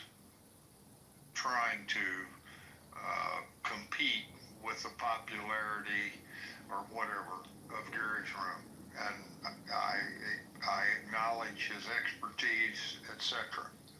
It's simply the fact that because maybe part of it is because of the size of the room, but you cannot have a conversation in Gary's room. Maybe that means, just like we're having a conversation right now, and it's a fairly large room. You need to be able to have conversations without all the rancor and all the bullshit. And Gary tends to, he doesn't tend to, he states his opinions, his views, caveated with I'm not an expert and I don't know and all that, but his views are dramatically against everything that Trump has been trying to do. I don't like Donald Trump. I've never voted for him. But I believe we should have a rational discussion, pros and cons, about specific problems and policies to address those problems, and not just the constant harangue against anything and everything GOP and Trump are trying to do. That's why I'm not trying to compete with Gary. I'm trying to offer an alternative for those that would care to have an honest conversation, a debate that is reasonable, polite, non-interruptive, and thank you for not interrupting me or anybody else. That's all I'm trying to do, because I do believe that there are some things, in fact several things, that Donald Trump and his administration are trying to do that I wholeheartedly support. Others, I think he's a total ass. I never voted for him. The way he promotes his policies, his hyperbole, his exaggeration, his lies, all of that stuff, I join with all the criticism that you can level at him. But underneath, there is an underlying, and God forbid I would say it, wisdom or correct perspective on how to achieve some things where America has been in a great, significant decline for the last 25 years, and not a single GOP or Democratic president or administration has been able to reverse that decline in the last 25 years. And that's all I'm trying to do. Well, thank you for that. I mean, I value your expertise very much, and I didn't even know you started something new. If it's a new room, I didn't even know. I agree with you. I agree with you on your take on. I agree with you on your take on Trump. As far as Gary's room goes, I assume that he would rather have a conversational style like he had initially. But being in the media, I think he's got to be careful that things don't get out of hand and cause trouble for him professionally. So maybe, so I agree that it's not the optimal way, but it's the best way perhaps that works for him. But I mean, I value your expertise when you're in those rooms, and you also, you engage with people in a very professional and sophisticated way that speaks to your acumen and your experience. So that's what I like about Gary's room, is that I haven't been in there in the past few weeks very much, but he's had some high-level conversation, and then he still gets a couple people who may be difficult, is my guess, but I can't say because I haven't been in there much. Well, I can just observe that right now in this room, you and I just had a perfectly reasonable conversation. And we need more of that, not all the bullshit that pervades Clubhouse. And I hope that there can be alternatives to that can advance the conversation and, God forbid, advance America's position in the world. because I believe our position in the world has been gravely diminished over the last 25 years. And I don't see or hear anyone that has reasonable, rational observations about how to reverse that trend. All I hear is partisan bullshit most of the time, in the media, on Clubhouse, and elsewhere. Well, thank you. Yeah, I mean, I because I'm fairly moderate, and as I've gotten older, and I think the trend for most people is, sorry for the background noise, people get more moderate as they get older, but that may not reflect everyone's experience. But to me, again, the dichotomy, if you're too extreme in your views, you almost become blindsided by, I don't want to say everyone who's extreme in their views is irrational, but you're more likely to become irrational and succumb to cognitive biases and distortions when you hold extreme views and only surround yourself with that kind of sentiment. So that's my opinion. But of course, we cannot even arrive at a definition of what is an extreme view. We can't. Part of our greatest problem is that we can't agree on what in the hell's the problem we're trying to solve. Well, yeah, I mean, maybe this is one thing to pose to the room, because I don't want to talk too much, and I appreciate the discourse with you, is that, like the immigration thing, right? Maybe, in principle, I think that, people who come to this country illegally, are taking a risk. They're taking a risk that some other people chose not to do, right? And there's various reasons for that. At the same time, if you get picked up off the street, if you put yourself in the shoes of someone being picked up off the street and deported, it's like, I guess my point is, I have empathy for both sides, and I have to sit in someone else's shoes or try to maybe understand their perspective. And I'm not sure everybody tries to do that, nor should they, but that's something I've been trying to do. So I'm conflicted on many things. I can only ask you one.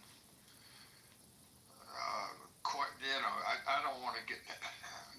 Pardon me, Serene, and all the rest of you. I'm not trying to dominate here, but I think one of the first and best contributions that Trump made to the well-being of the United States is to stop dead in its tracks the flow of extraordinary and rampant illegal immigration, illegal flight into our country. Any nation in the world needs to protect its borders. And part of that is people don't enter your country without legal permission. And if you violate that, I mean, we can argue about what legal permission should be and whether we should be much more open in allowing people to immigrate into our country. That's a legitimate debate. But to stop the rampant illegal mass, illegal entering our country without permission is something that Donald Trump achieved. He achieved it within about 2 or 3 months, and all it took was a change in who was in the White House. And, at least on that count, I'm not arguing about ICE. I'm not arguing about what we're doing now. I'm just saying that closing down the valve of rampant illegal immigration was a significant achievement, and I applaud him. And I could give other examples, but I won't elaborate on them. But that's just an example. I disagree with you. I think that's Well said. You just explained the complexity of the issue, but it's poisoning the well. It's one thing to let people in if everybody's happy.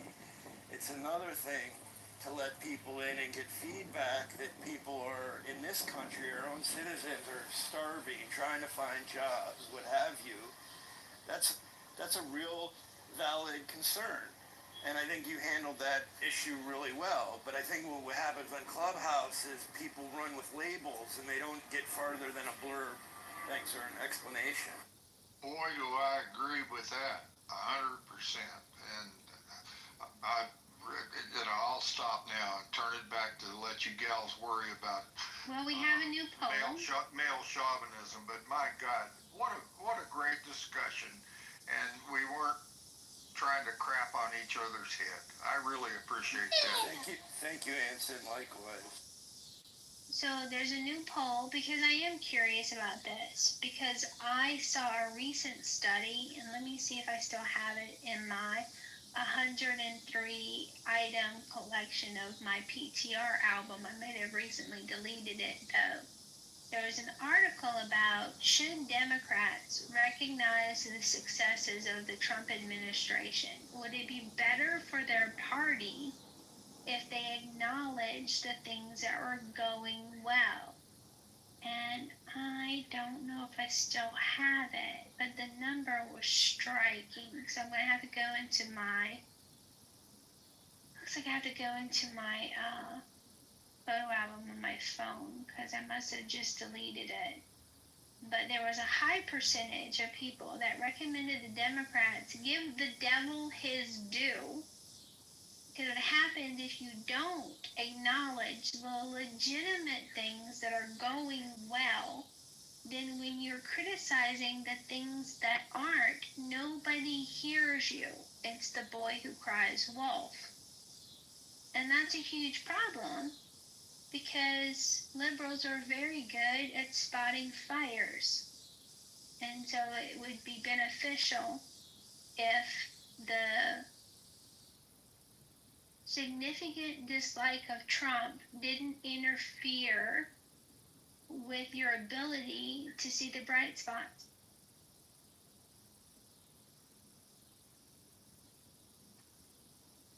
And I would add to that, Scarlett, there is a grave inability on the part of opponents to Trump to acknowledge the things that are not going well, need corrective action, and then engage rationally in a discussion. And that's the place it should occur is in Congress, not in the media, etc., or the courts for that matter. But that's what Congress is for. A deliberative, democratic process. What is going wrong? What is going well? And democratic decisions as to how to advance the good and retard the bad. And that's one of the reasons that our great divide is accelerating, is because we can't even agree on the problems that need to be debated or the fucking courage to debate them and bring them to a vote and let democracy prevail. God damn it. I found it. It was 74%. According to a smearcornish.com poll, I don't know that poll, political interest of Democrats to publicly give Trump credit when he accomplishes something with which they concur. 76% agree that it is in the best interest of the Democrats. 24% disagree. So why don't their leaders adhere to that?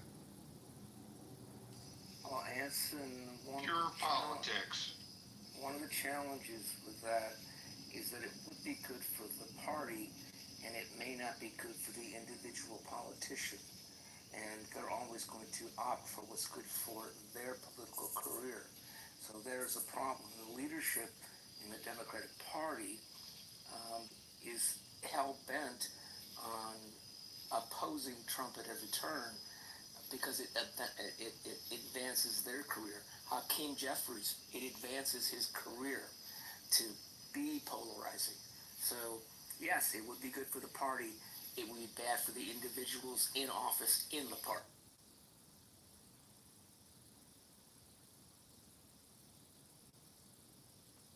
I could respond, but I don't want to dominate.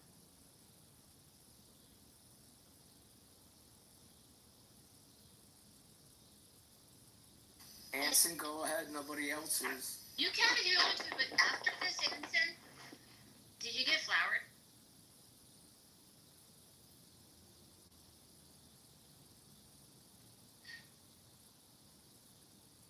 The same could be said about the Republican Party.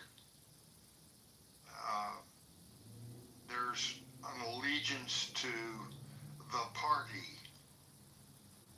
and the preponderance of power, if you will, inside the party, the parties, the two parties, there is not a preponderance of power as to what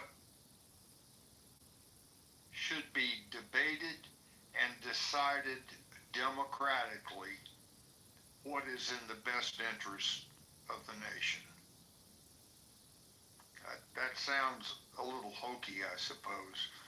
I'm not trying to be profound, but I'm trying to get at some root causes, Joe, beyond just the individual congressman and party and so forth. Well, I don't disagree with you at all. The only thing I would say is the word profound and politician rarely work and play well together. The worry that politicians, especially in purple states, are very concerned about being primaried by other Democrats. So it is a profound fear of theirs that they're going to lose their power if they act in a rational way. Okay. I served from when I graduated from college, 1965 until 1988 in the Cold War. There were political differences during that time. But my God, step back. The country was united. How was that achieved? It was not because of one president or another. It was because of the consistency of Congress, the will of the people to win the Cold War. Well, that was the will of the people to win the Cold War dominated, and guess what? We won. I would agree that that was a unifying aspect of that time. I would also remind you that there were conservative Democrats that all became Reagan Republicans. They were called Dixiecrats. And we had a different political landscape in both parties at that time. And I served during that time. I was in the Pentagon for up towards the end of that time. Sure, I heard the disagreements, but I saw the unity. And that's what I'm trying to figure out how we can achieve today.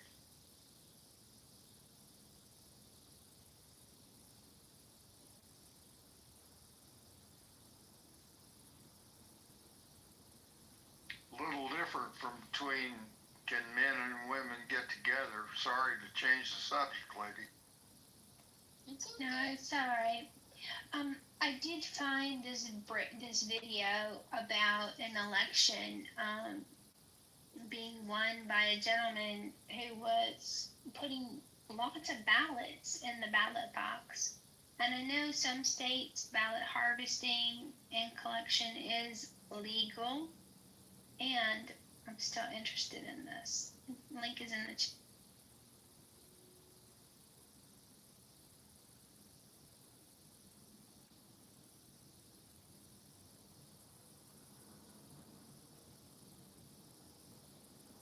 if he only won by 76 votes and he's on this video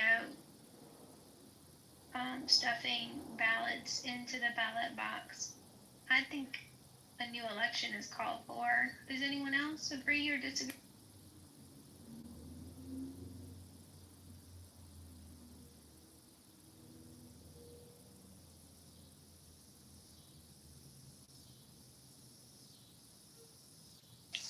I agree. I had to go look at the clip. So yeah, if he is, hold on, let me go back to the clip. If he is guilty of what they are accusing him of, stuffing a drop box with stacks of mail ballots, I would say so, Charlotte. Scarlett, I called you Charlotte. Sorry, Scarlett. That's alright. Monica's actually fine. I just can't change my name again for another week or so. What happens when I play pranks. But I don't know. There's a new Monica on the app. Baby JB, I think, is the user's name. I don't know who they are, but I do feel some sympathy if they are using the name Monica on the Clubhouse app. I wish them the best of luck with it. Anson, before you leave, I'm sorry, I didn't mean to be muted. I was responding to a comment in the chat. oh, no problem. I just wanted to tell you before you leave, I've got a message for you from my.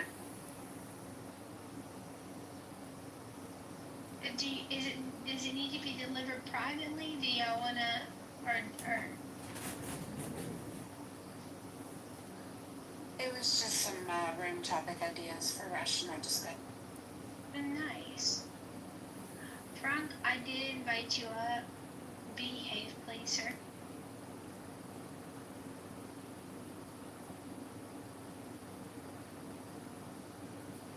The comment that I was responding to, I am really wondering why you are asking me to behave. Well, first, then you kind of stepped on Anson's reply, so there's that. So what? So what? I was responding to a comment in the chat that 1968 was a perfect example of how things were not going right in our country. And Howard, I could not agree with you more. 100%. In 1968, I was a young lieutenant in the Navy. My wife had lived in Arlington. I saw what was going on in the country. I was spit on. Though I never served in Vietnam, I was spit on if I wore a uniform on an airplane. And I could not agree with you more that this country was going to hell in a handbasket. And we're not as bad now as we were then. But we are speaking with the thickest sure as hell not as good as I hope that we could be and should be if we can have rational discussions and resolve our disputes within Congress, the democratic way to resolve the disputes, not with executive overreach or judicial overreach. It's Congress, the democratic way to resolve disputes, and we no longer have the ability to do that, and it really pisses me off. Yeah, Anson, I don't really have a problem with executive orders, other than that they're not permanent. And some of the executive orders would be better as legislation that came out of both houses. That I agree with. But there's nothing unlawful about executive orders, and utilizing the courts thoughtfully is a very constitutional way of resolving issues.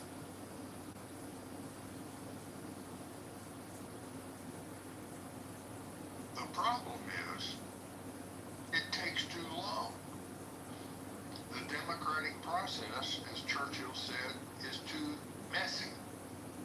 And in today's world of unbelievable information exchange, it becomes a crisis that has to be resolved now rather than allowing the democratic process through Congress to democratically resolve the problem, the legal problems that we have. If they could write laws that were specific to the point and fix something rather than vague bullshit that is left to the courts to try to untangle. And the courts then become political in trying to untangle them. That's part of our problem. I'm sorry. No, you're right. I apologize. I'm not trying to preach.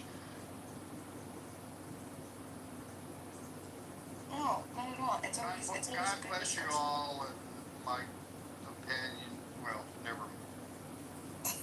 Anson.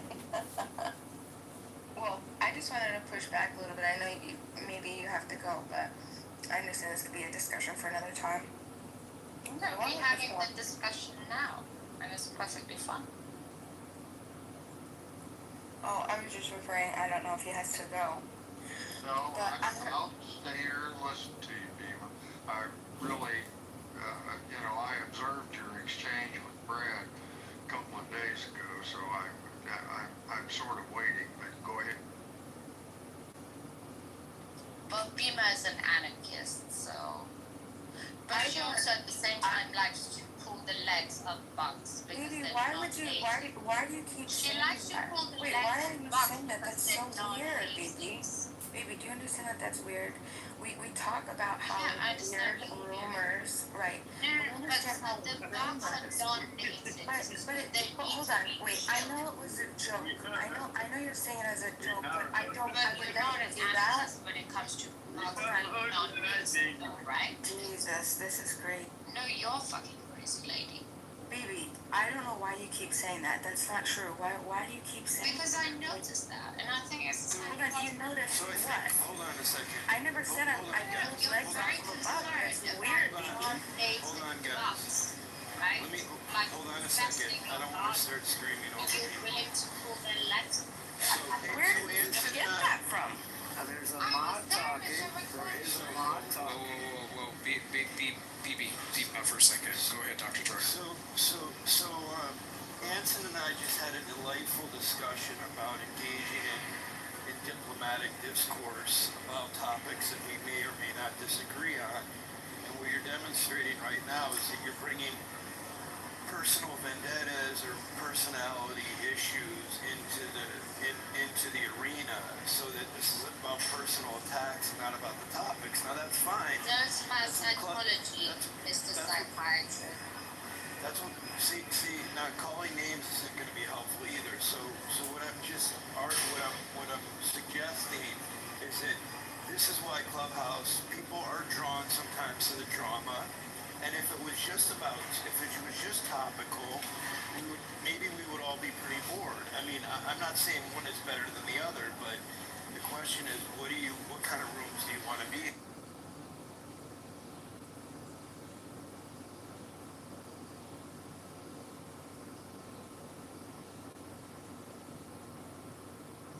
Dina, did you want to go ahead and address Anson?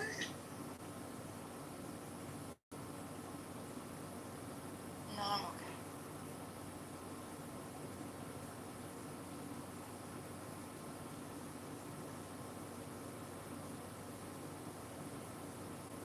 I mean, I personally, for me,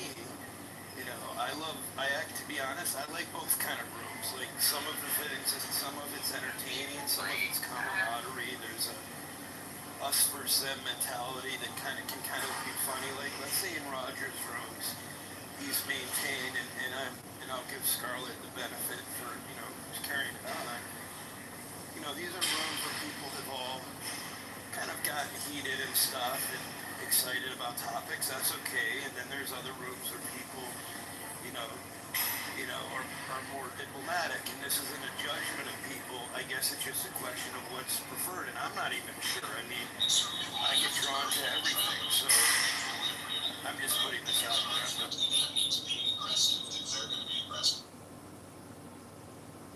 Yeah, and also, Anson, I'm not sure what the Brad comment was about, but just in case, because I don't want to assume, Brad, for whatever reason, he doesn't like me, and he hasn't liked me for a really long time.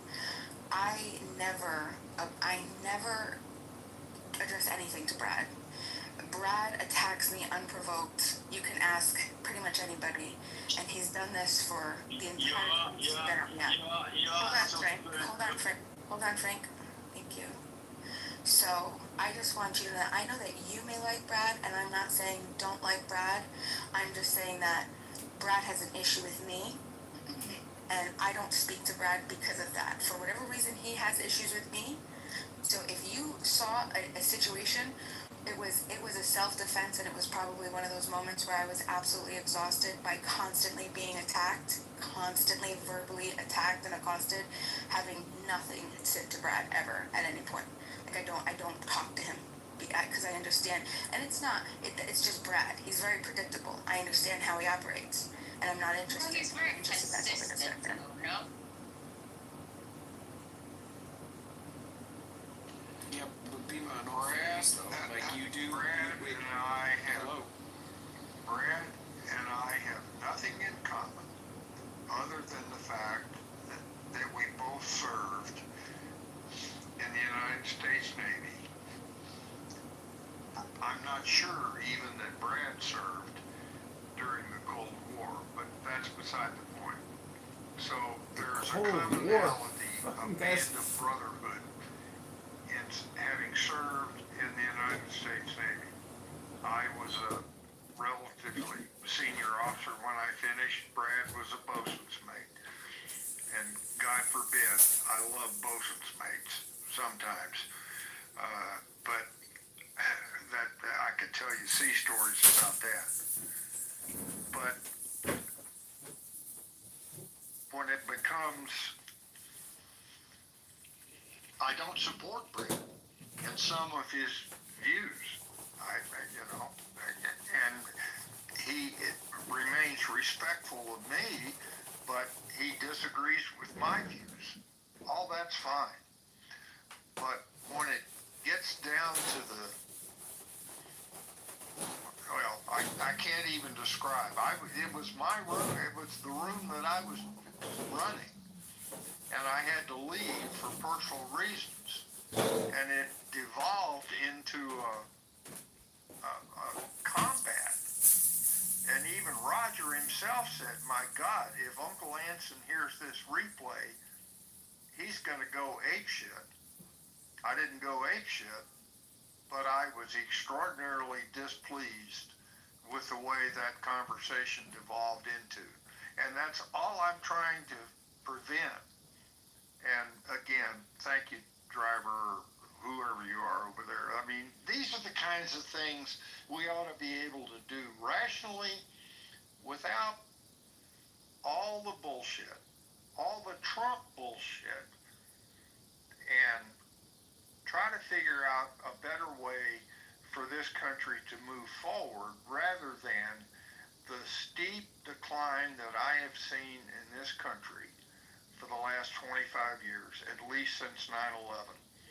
And I will do everything I can do to try to reverse that trend, make that curve go back up in the right direction, not for me or anybody living on this stage, but for my kids, not for my kids even. Hell, they're in their 60s now. For my grandkids and my great-grandkids.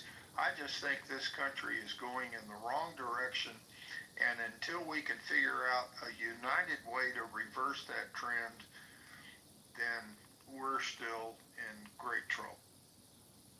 Okay, so can I say something for a second? And I just want to make an observation from the outsider looking in, because contrary to the fact that I've been on stage, I'm actually still working. I've noticed that people do this thing where they say that they don't want to talk about people, then they continue to talk about people, then jump back into a topic having nothing to do with that said people they were itching to talk about. I'm going to be very honest with you. In listening to a lot of shit that's happened on this app and a lot of people that come in and out of these spaces, I'm going to have to call bullshit and say that some of y'all love the drama. Some of y'all love the drama. Some of y'all can't get enough of the drama. Y'all can't live without the drama. You can't get enough of the drama. Okay, so when people want to stop complaining about, why can't we get into these spaces and have this type of discord, without any of these problems? Well, hey, we've been given tools to use that, to deal with that. It's called the blacklist. But then you have the free speech committee that says, well, we shouldn't have to block people. They can say what they want to say. Y'all like the fucking drama. Yeah, I'm not sure if you followed what happened, but I was going to talk to Ensign about rationality, and he had said something like, oh, I listened to your interaction with Brad the other day. He brought up Brad, I didn't bring up Brad. So I was just responding, letting him know that there is an interpersonal conflict with Brad and I, and it's never me talking to Brad. It's always Brad just attacking me unprovoked, and I guarantee you, Anson, if you go back and No, that's not true. Hold on. Well, the great thing is Anson has a replay, so Anson.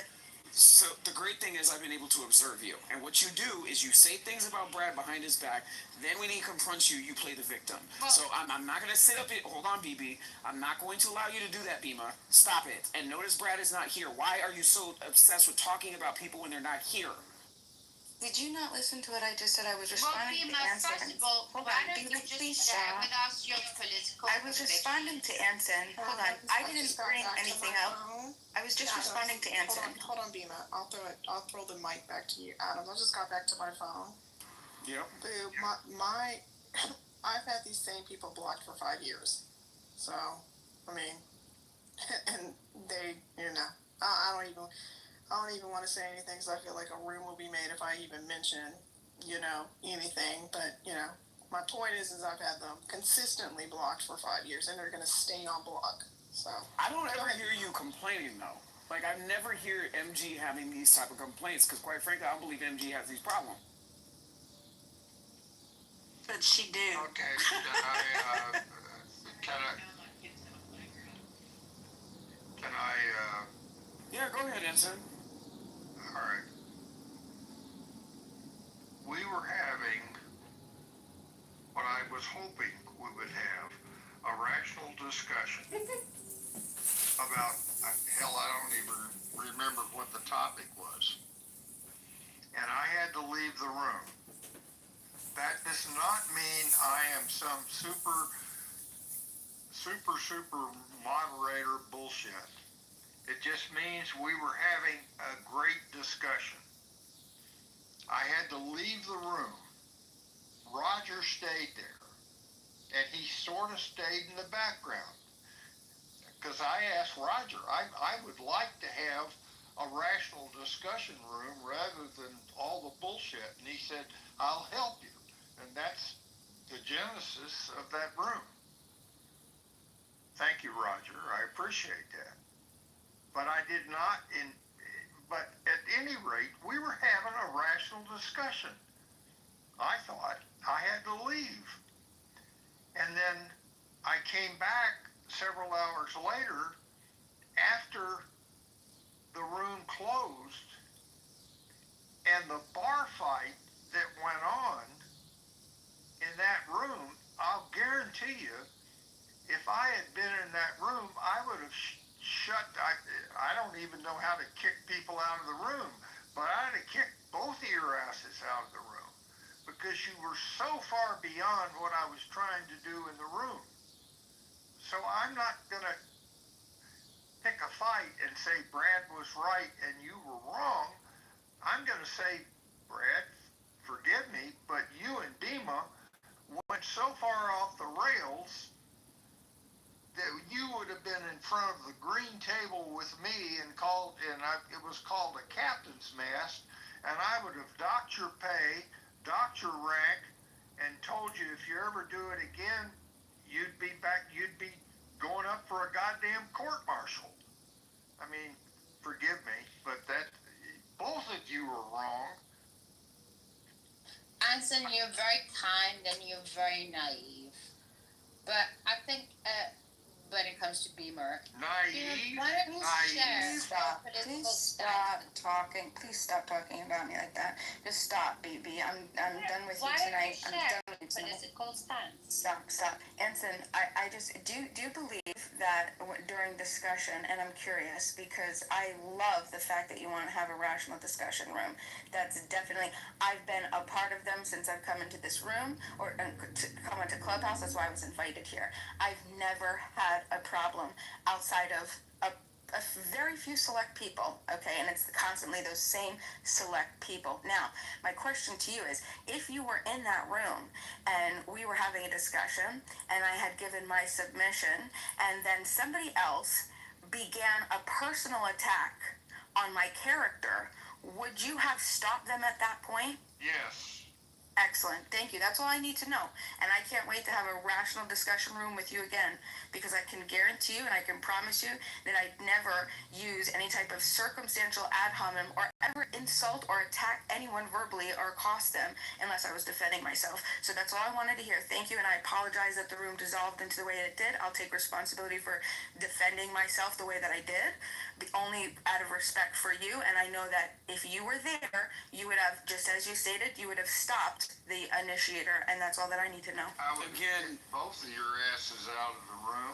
Thank you, Anson. Because again, she likes to play the victim, and I'm not trying to gang up on you, Bima, but you take this perception of least resistance when, again, you're not defending yourself when you've been attacked. You're defending yourself after somebody came at you with you flapping and running your mouth because you like to talk. And that is the reason why the man keeps coming after you. That Anson has a recording. Anson, if you believe and value truth, I encourage you to go back and listen to the recording again. I don't even need to, this happened, I don't know how many, a week ago now. It was on education. I can guarantee you right now, without even listening to it, if you listen to it, my submission was purely on education. That's the only thing it was about. And as soon as I stopped talking, I was verbally attacked by Brad, as always, because that's always what happens. My personal character is attacked. Now, all I'm saying because to you is... keep talking about the man while he's not present, like you're doing right now. Hold on. This is the whole point.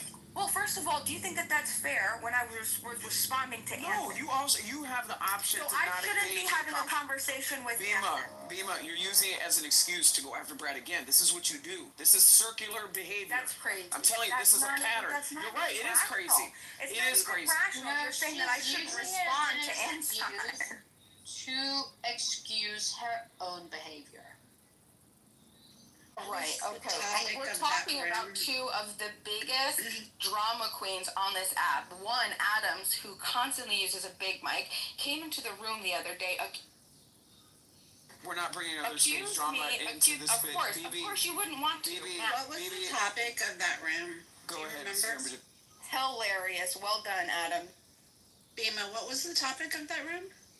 Was it the history in the making? Is history being made today? It was about education. The one about education. May I say one thing? I'm new here, and I joined the room because it said common sense on Clubhouse, and I'm amazed that none of you can recognize the principles of judging not, and not judging other people, and condemning, we have to learn that everyone is different. Everyone is coming from a different perspective. And I think the room needs to take a big break.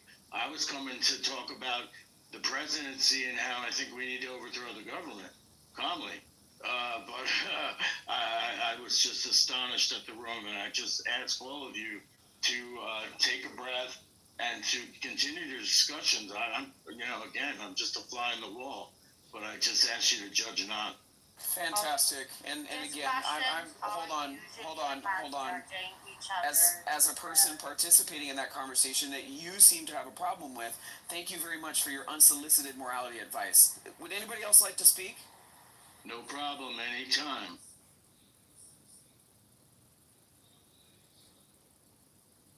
We're not here to virtue signal. We're here to try and understand each other, no matter where we come from.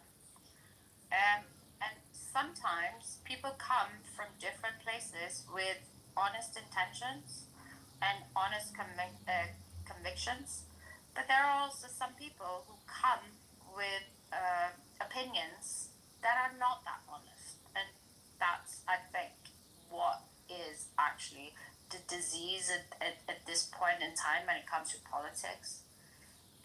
Because in the past, as Anthony was saying, it's like, you could be left, you could be right, but there was an end game, and it was about reaching some kind of consensus that was supposed to be the best overall. But today, that's kind of like a little bit blurred. That's a good point, BB. Let me ask you, do you think that it's rational to continue to tell people tonight that I've been pulling the legs off of bugs when that was never said, done, or anything? Like, can you explain how that plays into rational discussion? Do you like playing the victim? Adams, no, but you do, apparently. Which is why you're the only one that's speaking. That it was non-native buck, right? You're very adamant. BB, I never said that. But you made that up. You made that up, and you've been telling this. At first, I thought you were joking. It's recorded. Then you kept saying.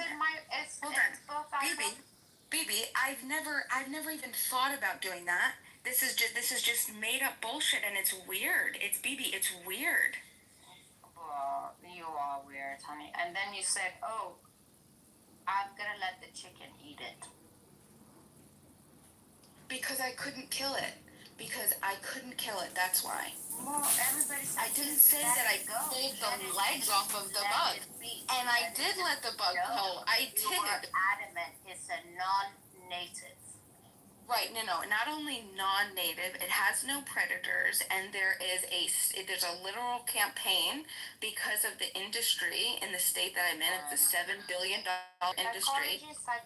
This bug came here from another continent in the 2020, and it's right, but because it doesn't have any predators, and because it can do the things that it does, lay eggs on anything, and it feeds off of the hops and the grapes of this particular billion-dollar industry in this state.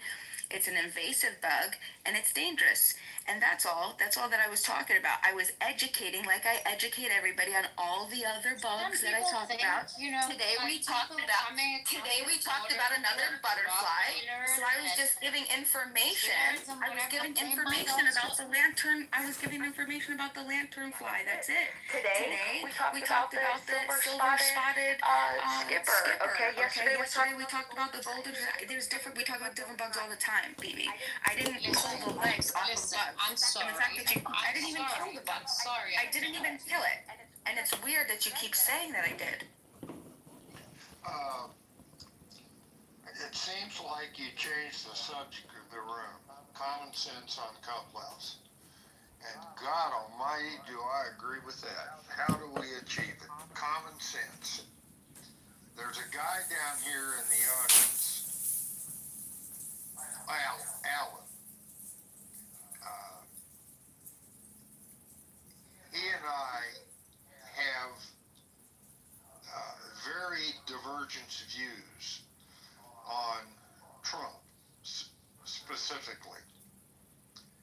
And yet, he has a new room called the Brain Trust. And we have rational discussions, common sense, mutual respect, even though we vehemently disagree. Now that's a small room, not popular or anything like that. But we need more rooms like that, where Alan, who wants to impeach Trump, and of course I strongly disagree with that, but we can have rational discussions about it without all the bullshit. And somehow I think, well, Alan and I have maintained a degree of mutual respect despite our disagreements about the headlines, if you will. What Alan and I need to do is get underneath the headlines, understand the underlying problems, and then argue about the solutions. But we first have to agree on what the hell the underlying problems are. He thinks it's Trump. I think it's much deeper and broader than that. And we can have a rational discussion about that, be productive, remain polite, etc. And that's what we need more of on Clubhouse. Yeah, but you represent a time where politics was a little bit less dishonest than it is today. Politics in my era were as divisive. My God, I voted for Goldwater, for Christ's sakes. The first time I could vote in the United States. I mean, my God, our politics has been divisive. But the intention, but our unity in solving the problems has not. The intentions were right, no matter the division. It's not the case. That's your opinion, baby. Yeah, I would say that politics hasn't changed that much, but the media and social media has created so much noise and so many different platforms that you cannot escape it, and that is what's changed. I think Bibi just said something terribly fascinating, and I wish we could just listen for a minute to why she believes that the intent of Goldwater and the intent of Trump are different.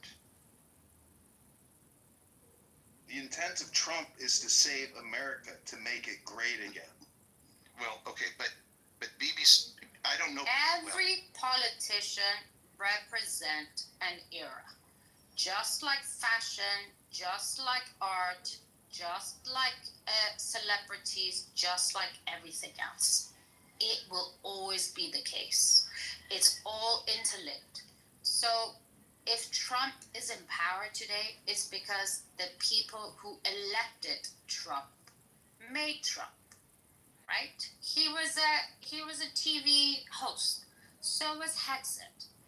This is the era we live in today. Nothing is any more different than it was. The only thing that's changed is, I don't know exactly what that is, but there's more. Nothing's new under the sun. There is less innocence. There's nothing new under the sun. Everything that is has already been. Your opinion just sucks. That's the problem. And therefore, oppositions also have to be more ruthless within the way they perceive things, the way they talk about things, the way they express things.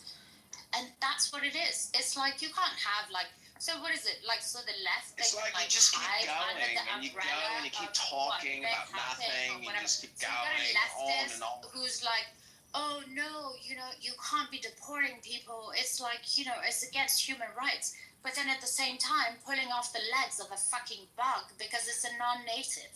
Do you understand what I'm saying?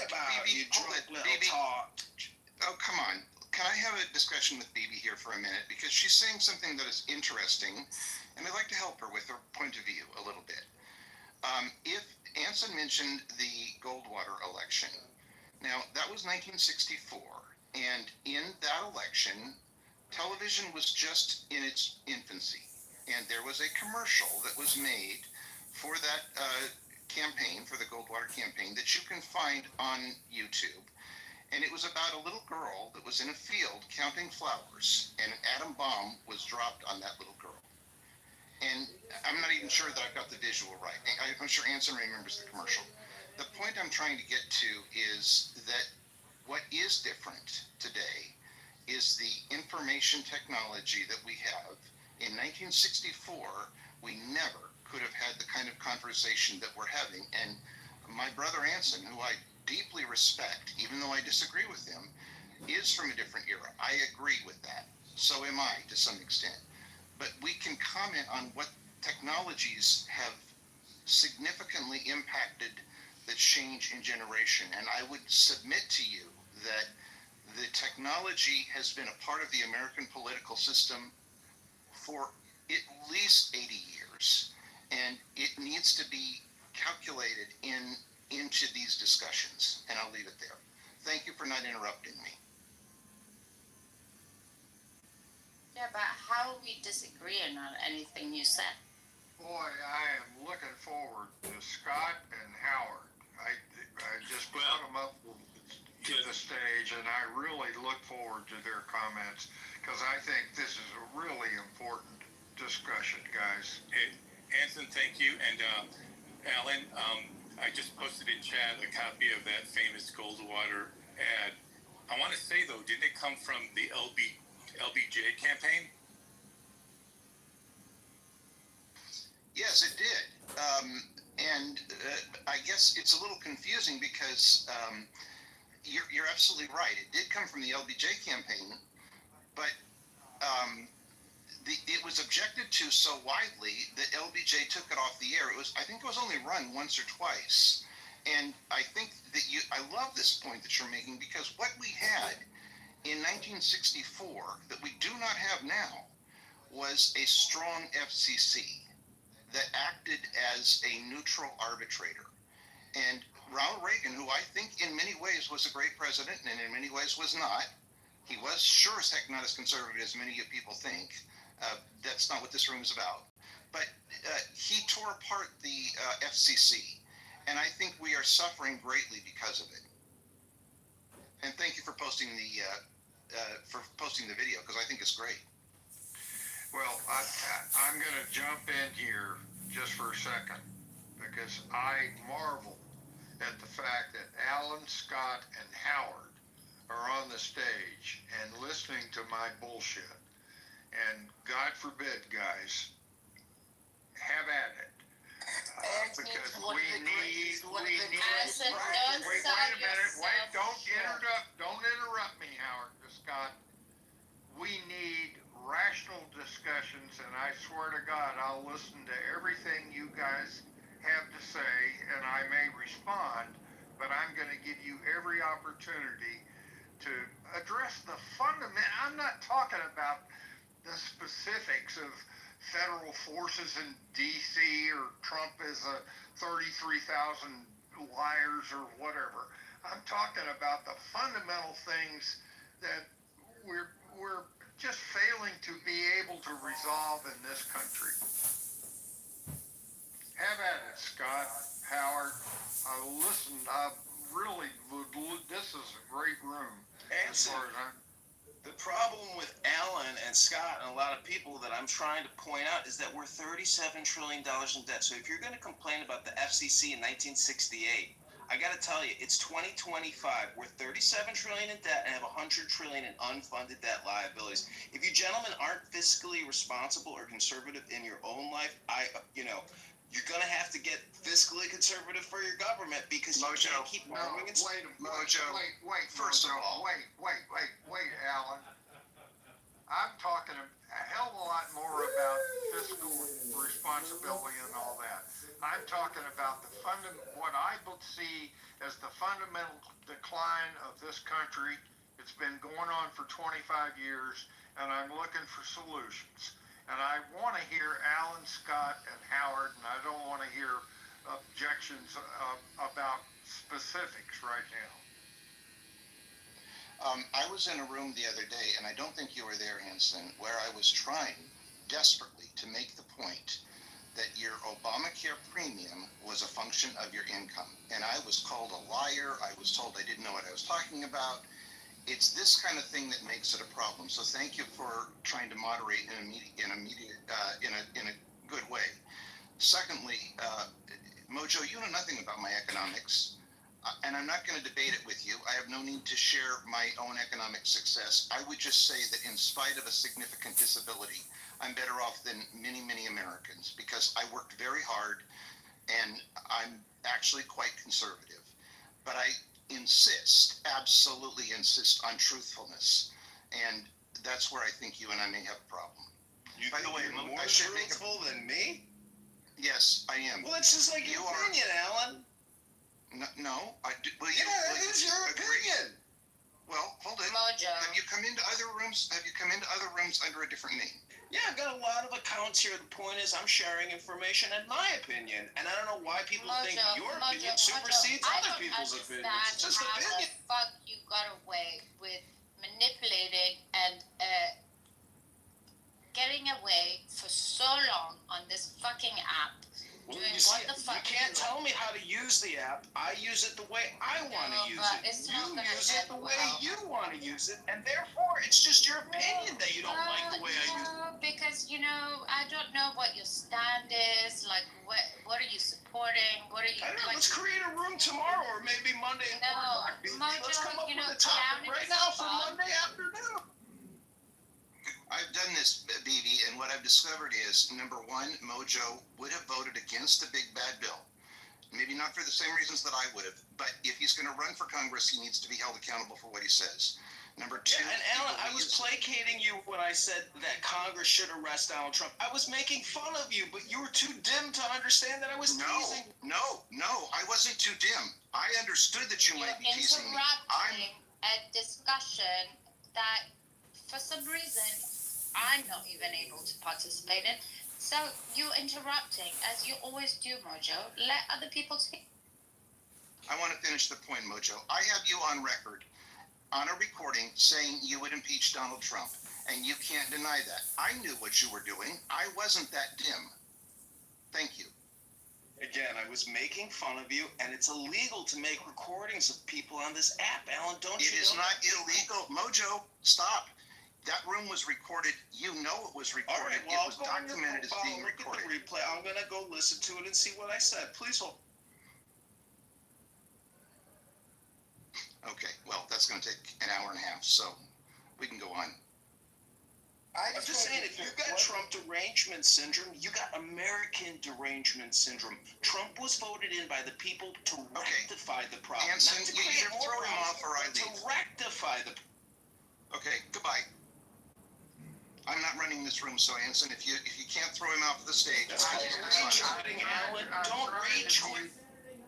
I'm trying to mute both of you, and I don't know how to do it. Scott, Howard, Evan. When you say the decline of 25 years or 27 years, what answer specifically, like, what decline are you talking about? Because that could mean a lot of things. I'm just... Okay. Obviously, 25 years ago, we had a balanced budget, about $1 trillion or so national debt. Look at us today. Look at our inability to successfully resolve the conflict against terrorism. Bush said it was a generational war. We're still fighting it. The withdrawal from Afghanistan, a military disaster as far as I'm concerned in terms of the military. The geostrategic instability in the world. Scott, you've heard me say this, but based on my experience, from my professional experience from 1965 up to whatever, and I was on the tip of the spear of nuclear deterrence. That has been degraded, and I firmly believe, that we are closer to nuclear war today, not because of geostrategic instability. And part of that, a significant part of that, is the American inability to create stability, which I call deterrence. Deterrence is weaker now than it's ever been in my professional lifetime. I believe we're in trouble, and we're getting deeper in trouble on those broad subjects. And that's why I make the comment that I do, and thank you for not interrupting, and I welcome your ability, your response to those kinds of Well, yeah, I think a couple things. So I think I agree about the deterrence thing, and I think if I were Ukraine right now, I'd be trying to get a nuke. And everybody, if I was any other country that was anxious about its defenses, I would be trying to get a nuke because, yeah, I mean, I think that that's a problem. But I would say, so I think if we're saying that past 25 years of decline, that's one way to frame it, and I think it's not unfair. But I think what we're seeing right now, there's a guy, a scholar, Gary Gersel, who's written The Rise and Fall of the Neoliberal Order, right? And his work, I mean, he thinks that we have these political orders. The last major one in the 20th century, he thinks, was the New Deal, right? New Deal liberalism. And what you have when you have a political order is it annexes the opponents, right? So what happens is that, like, you get, for instance, you get after FDR, what does Eisenhower come in and do? Does he become a spendthrift and clamp down the state? No, he expands the state, right? He expands infrastructure. He's part of the New Deal order, right? So the New Deal order gives way to neoliberalism, right? Which sort of, begins on the cusp of Jimmy Carter. Reagan really brings it in. And that's where, markets are seen as superior to government. It's the area, and it includes, that's the new order because it sort of, you look at Bill Clinton. Bill Clinton is much closer to Ronald Reagan than he is to FDR, right? I mean, that's, the era of big government is over. I mean, that sort of thing, that was the breath of victory of Reaganism, right? Clinton was really a Reaganite. So that order, the neoliberal order, is eroding.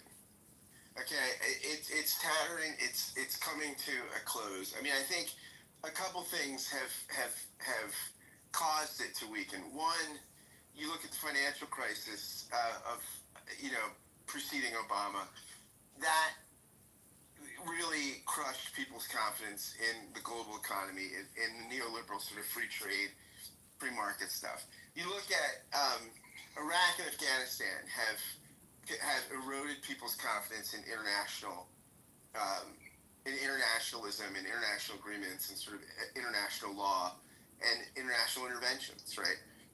And I think also the faith in democracy. China's success, rapid success, without democracy, right, makes the Davos crowd and stuff enamored with China, and there's cynicism about democracy, just culture in a culture-wide way. So I don't know, like, maybe it's decline, but I just think there's a fundamental paradigm shift that Trump has responded to, right? That Trump is the right-wing response, the populist response to these problems, right? And so I think Trump is pretty effective as far as he's reacting against all of the erosions that we see declining in, like, the 2000s, sort of pre-Obama. Now, I think the left hasn't come up with a response to the end of neoliberalism. We ran the neoliberal candidate. We ran Kamala Harris, right, running around with Liz Cheney saying the neoliberal system isn't that bad and Trump's going to blow it up. People wanted it. People wanted it blown up. That's the thing. People wanted the system blown up. And we didn't offer somebody to blow it up, right? We offered. Now, it's interesting. I'm not a Mamdani fan. I don't like the anti-Semitism. But he is closer to the sort of response to an erosion of neoliberalism, right? So how do we sort of get the deficit straight? People don't care about that. I don't know that it is possible because nobody gets votes on it, right? Nobody has the political will to do it because it's not what people care about. People care about, now again, we might want to say that they're concerned about prices. They're going to be, that stuff's all going to be bad when the inflation skyrockets, all that stuff. But that's abstract for people. So I don't think the debt is something that will be dealt with in a reasonable way because there's just not, it's not something that's existentially or practically a concern of any American. So Scott, what Wait, Alan. Yeah. A major breakthrough, as far as I'm concerned. Scott seemed to agree with my assertion that American, whatever you want to call it, social fabric, geopolitical influence, whatever you want to call it, a debt deficit, America has been in decline for 25 years or more. The question is how not, let's accept that agreement. And that decline has occurred over how many, Republican and Democrat administrations. There is a fundamental problem in America that we need to address, and it's not going to come from a Democrat administration or a Republican administration.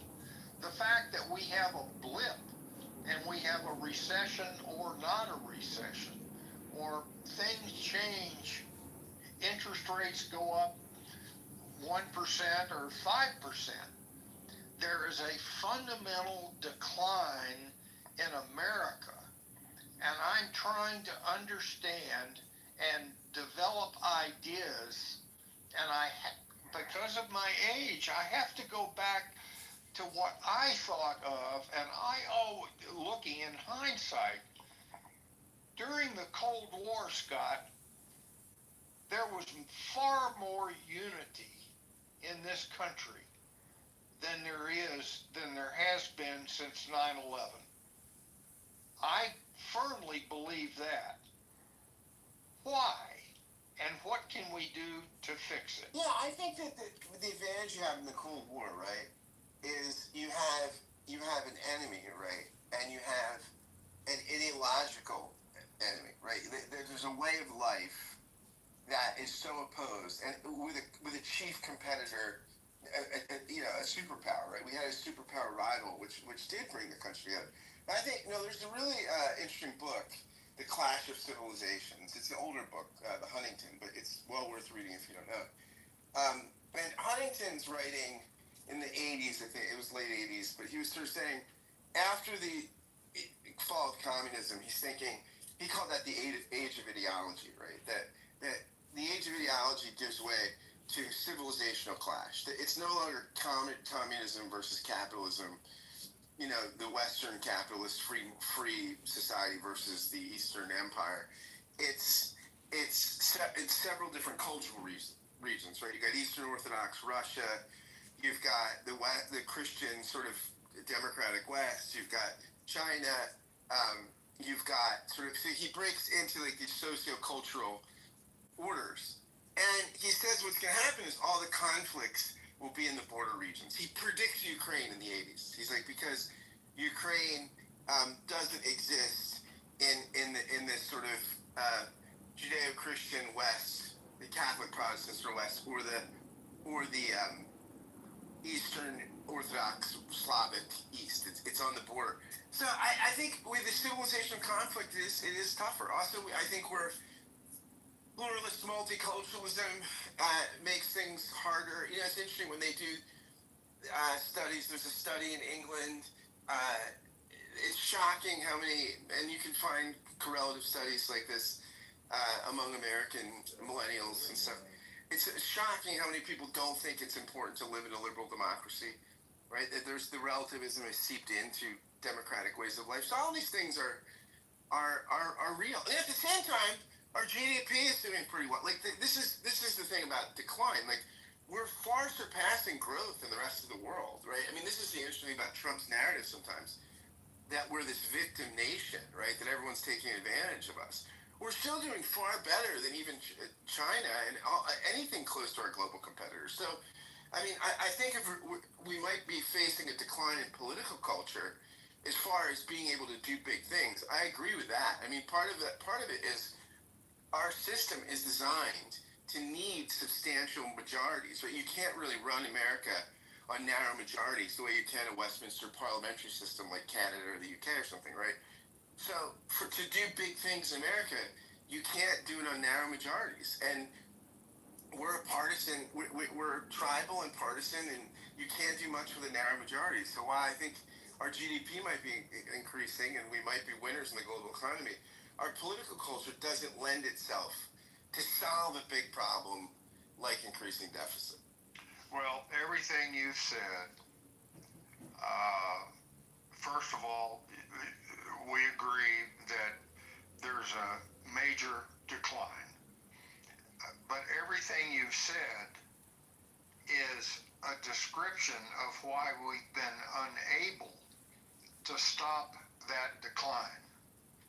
I have some specific ideas, fundamental ideas, as to how to stop the decline. And I would be, I'm not going to argue those. For example, I have said for over 2 decades now that the K-12 education system in America is a national security crisis. We are dumbing down America. Now, we can debate that forever, but that's a specific thing that I believe we need to fix. We need to better educate the citizens of America. I think you'd agree with that, and then we can argue about how best to do that. I believe there is a smog over our major metropolitan areas, and I don't mean environmental pollution. I mean a degradation in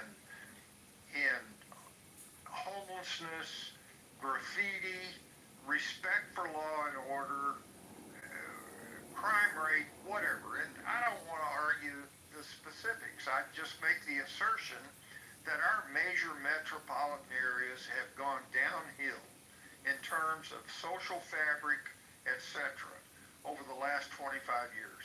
And I'm looking for solutions for that. And we can, at least I want to agree that those are problems, and then we can debate with all the vigor you want to debate the best way to solve them.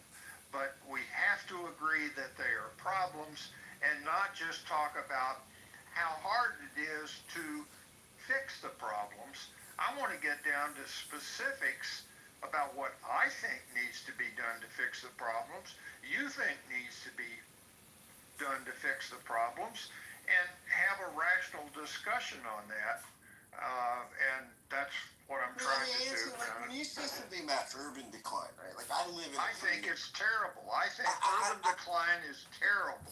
Like, I live in a pretty major city, right? I live in the 6th largest city in the country, Philadelphia. I live right in the middle of it. I mean, I can walk to City Hall. That's complex, because our crime is down in Philadelphia, right? Crime is down in most of the country, right?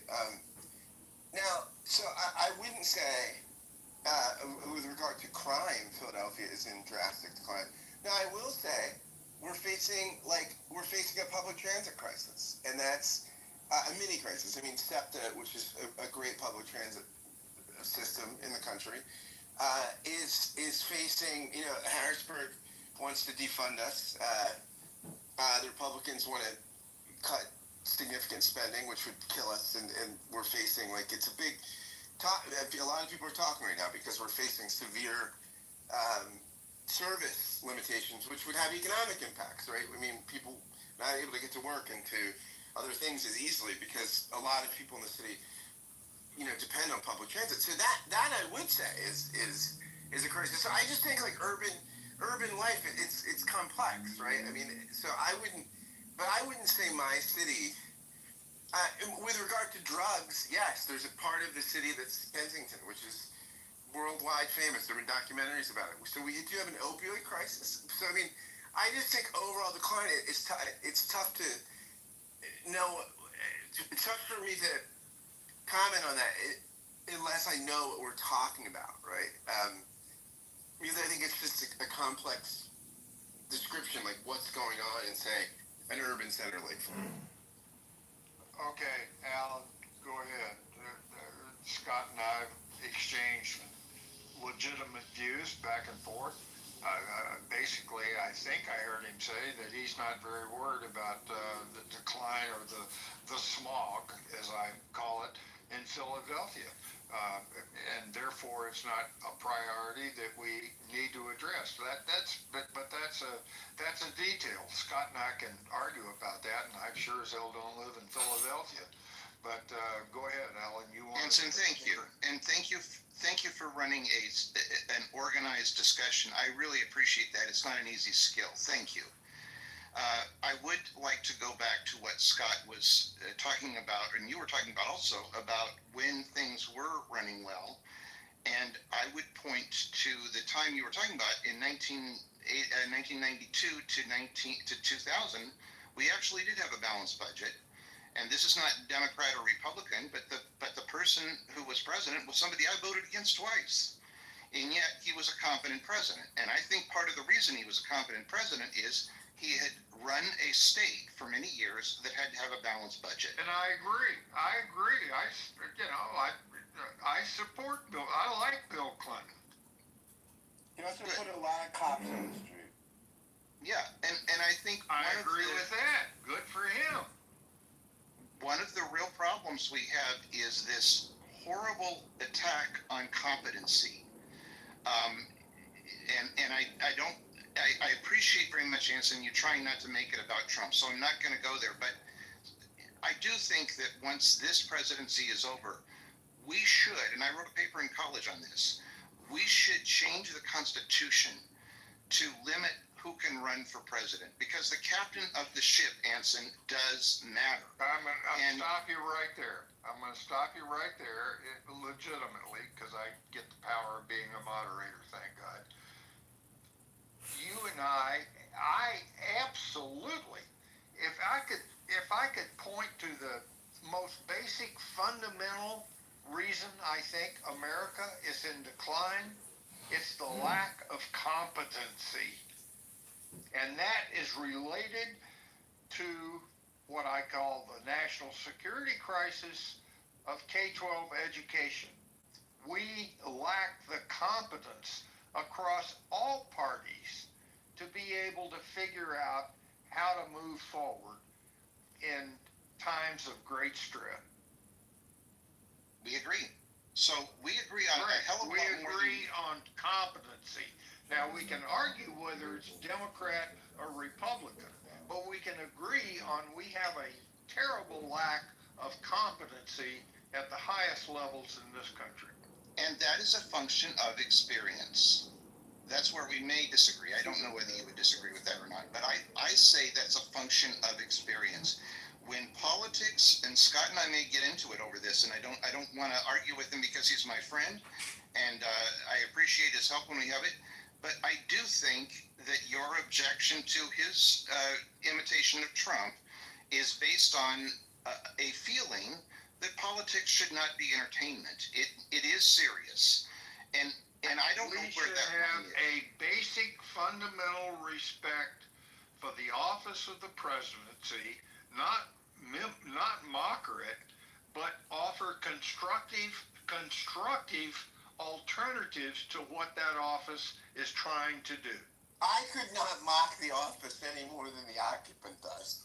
I mean, that would be impossible. Well, Scott, that's where you and I disagree, and you know how, it's really got... Trump doesn't make a mockery of the office very often, Anson? And I'd like to acknowledge the other mods on the stage as well. And also welcome Jason and Double and Bima back to the room too. Y'all please feel free to also jump in on the conversation. I'm sorry. I mean, Anson, when Donald Trump is asked by, and this is a favorable interviewer, this isn't a gotcha question, or no, maybe it wasn't. I'm sorry, it was a CNN or something. They asked him, he showed you, he had the Declaration of Independence, right, up. And they said, what does this document mean? And he says, it's like a document of unity and love. I mean, love, this is the most acerbic, the aspersion. First off, half the things Jefferson said in there, a lot of the things weren't true. But when you have such a vacuous answer about one of the founding documents, of the country, that's kind of a mockery of the office. I mean, right, when you're that ignorant of basic American history, which I'll say for Putin, I watched Tucker's whole interview with Putin, and I thought, you know what? It'd be great to have a leader that knew the history of the country, which Putin does. I mean, I think there's just so many things that Trump does that are just. I mean, this isn't like Scott saying everything the guy does is terrible. I'm gonna shut you down because somebody said other people want to get into this, so let's let Jason and everybody else weigh in. I apologize for no going problem, off on buddy. a tangent. And I certainly don't mind the discussion continuing, but I want to make it a point to acknowledge that there are also other people on the stage, and if they have anything that they want to interject, they're more than welcome.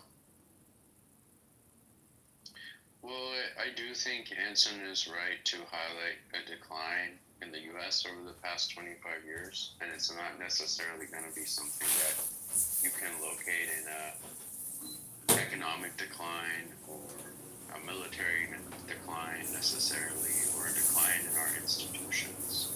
But I think there is a decline in public dialogue.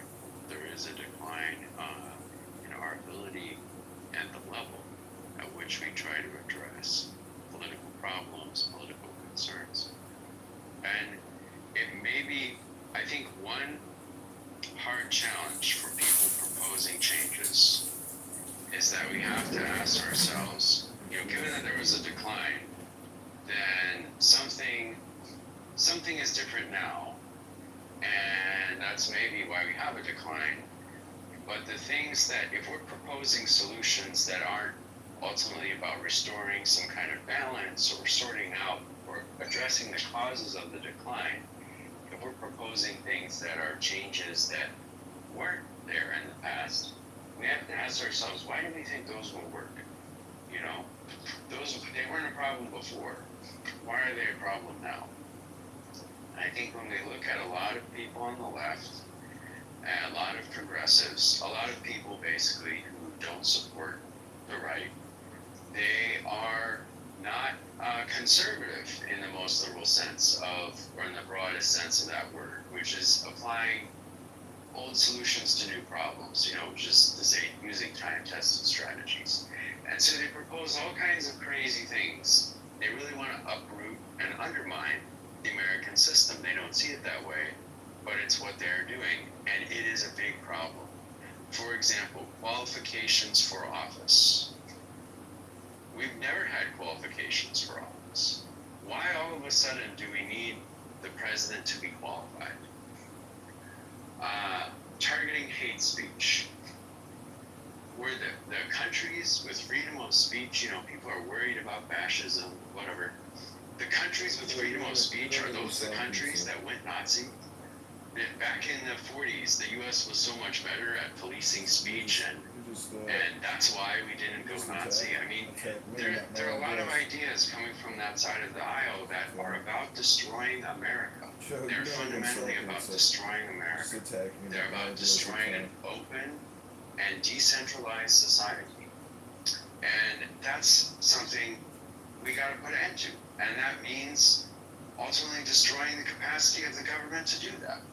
And so Trump, he is, there is a silver lining. There will be almost no federal government left, hopefully, when he's done.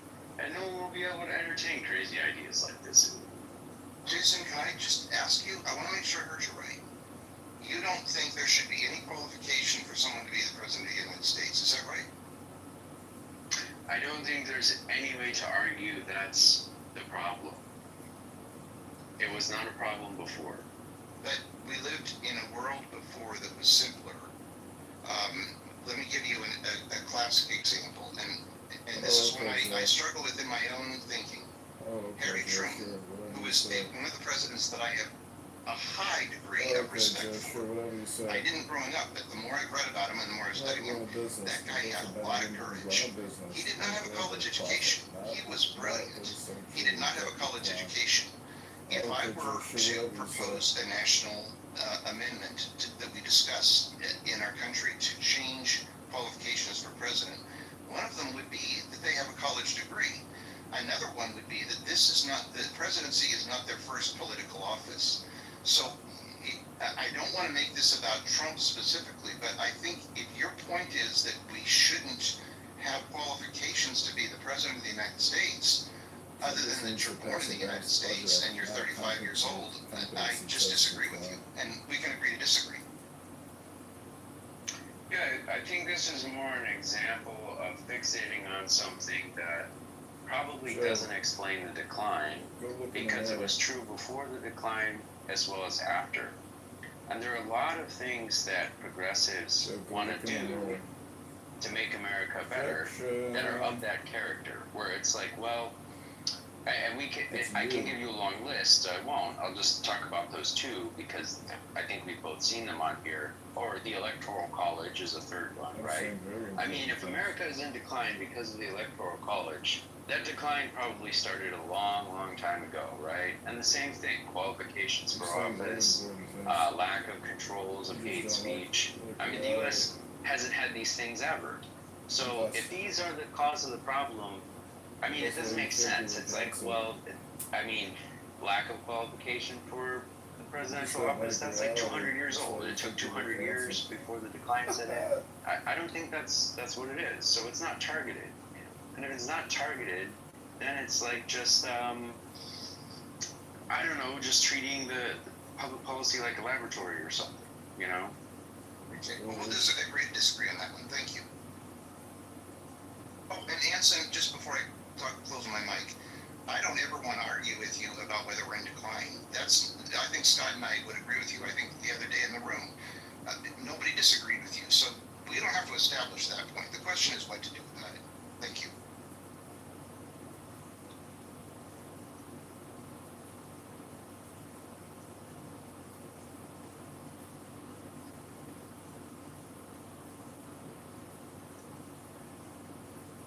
I'd like to get in the queue. Yeah, go ahead, Double. I mean, you know, I think a big issue facing not only the United States but also many Western or actually just developed societies, with the one exception of Israel, is below replacement fertility rates. How can this be addressed in the 21st century? I think we should be looking to men like Elon Musk. He is quite a fertile man, and if we actually dig in, a lot of it's not public or not well advertised. Some of the strategies and technologies he's employed to himself have a fairly high fertility rate, actually extremely high fertility rate. He's well into the double digits, already into the triple digits. And we could expect certainly within 10 years, that he'll be into the quadruple digits. He will be the most reproductive man in history, exceeding Genghis Khan. And so I think we should sit with that. People are laughing, but like we should sit with that and we should think about what is he doing correctly that the rest of us are not even thinking about. At the moment, he's unable to be public about it because it would compromise too many of his business interests and political interests. But we should all be thinking about what strategies we can employ in our personal lives, or what strategies that the larger society should be perhaps encouraging and subsidizing. I'll leave it there. So let me take this one. Wait. Go ahead. Let me double. I'm reading the book right now. Just got it out of the library. These Strange New Fit Minds. It's how AI learned to talk and what it means. System for family and everyone's morning. Oh my gosh, if somebody in Detroit goes to bed, it's like, drugs are so bad. Oh my God, it's just another junkie in the street, you know. But it was actually like the same, thing.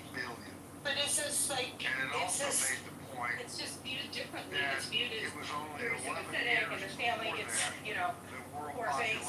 And same with addiction too, actually. People, I never thought, like JB, you were saying at the beginning, you have a friend, drug addict. I never celebrity of the decline of the social fabric of the world, for that matter. Respectfully, Ensign, I don't think you properly looked at the demographic data. I'm just quoting a book by a pretty good author, so maybe I'm wrong. But world population has gone up at a hell of a rate. Yeah. So I'm not sure So it the sounds like it's going reproduction to be a boring group anyways. solution to our world even I don't like factual these problems. recycle stop. Yeah, You can't like so come up with I agree. You know, so in terms of genetic drift and genetic shift, this notion of the progeny of someone who, you know, arguably has some psychopathic traits. You know, I did you that kind of Why shit. would we And then want they call to? me all kinds of There's a racist stuff. problem with And you know, with that the was kind of funny. C-suites who are psychopaths We are now out there we are having, focused on each other you know, tonight. raising dozens of children or creating them, quite frankly. I'm at a bit of a loss for words because this is the last thing we want. It's like you want to outbreed the Trumps and the Musks, right? These are people who bring with them DNA. It's like junk DNA. It's not junk DNA, but we don't want that in our genome. We want to dilute that. So I just think it's remarkable that we would use Musk as a model. Of course he wants to have as many progeny and offspring as possible. That goes with his personality disorder. So I think we just need to rethink the notion of virility and what it means to add his chromosomal DNA to the gene pool.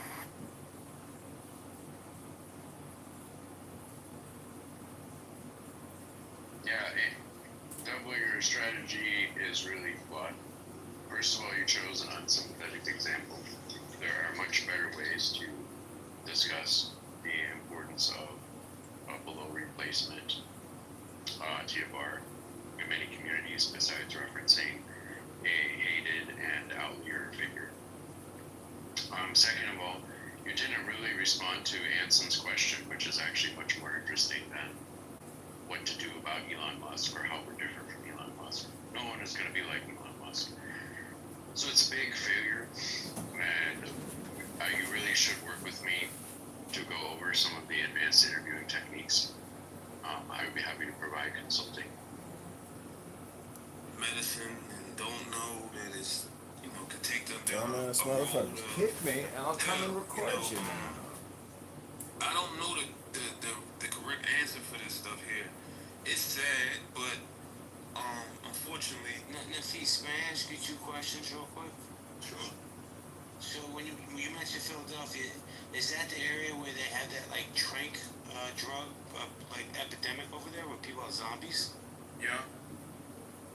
Yeah, it's crazy. I'm talking about, it's like a movie.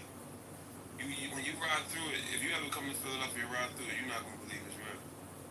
It's like really crazy. Bro, I seen videos of that, and that's literally The Walking Dead.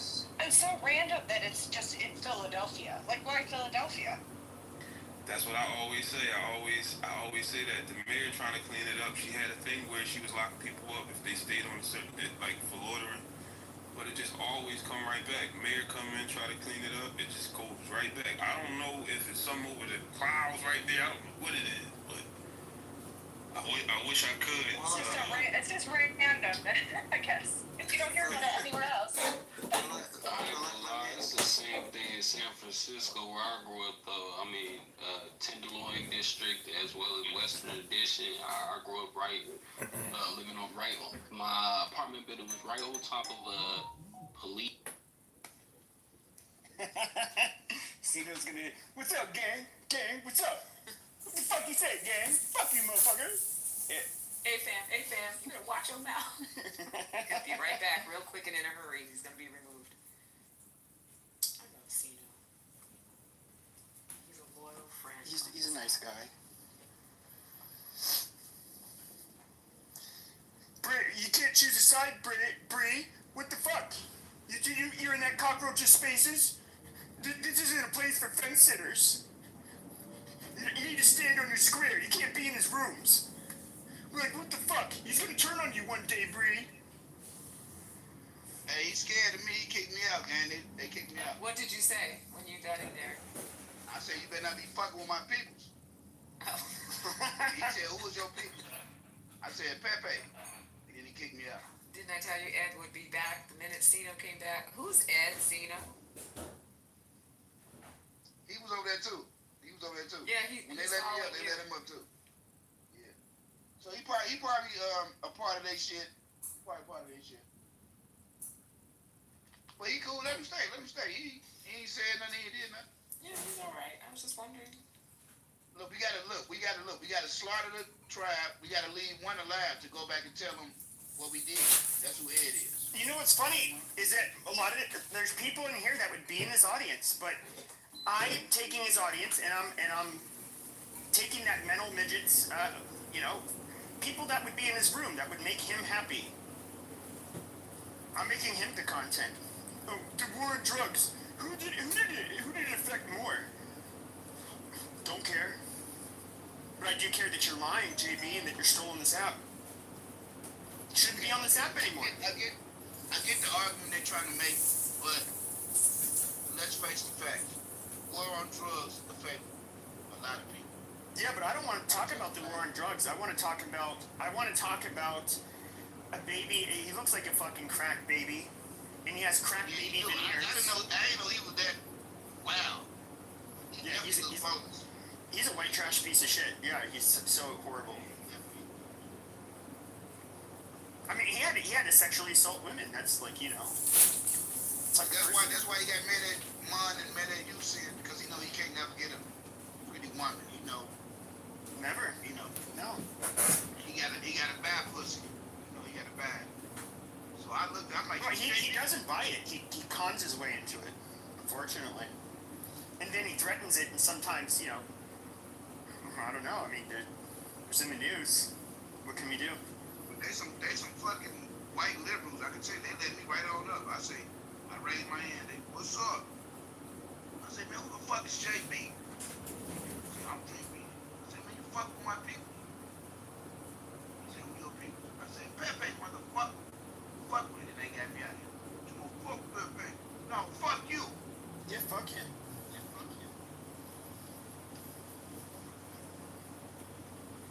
It'd be cool. Like, if I lived in New York City, I would say, like, let's go on IG Live. I just walk up in front of his place. And, like, this would be the funny part. It's like, hey, buddy, let's have a talk in person. And then I'm willing, I could just put my arm around him, his shoulder, say, hey, guys.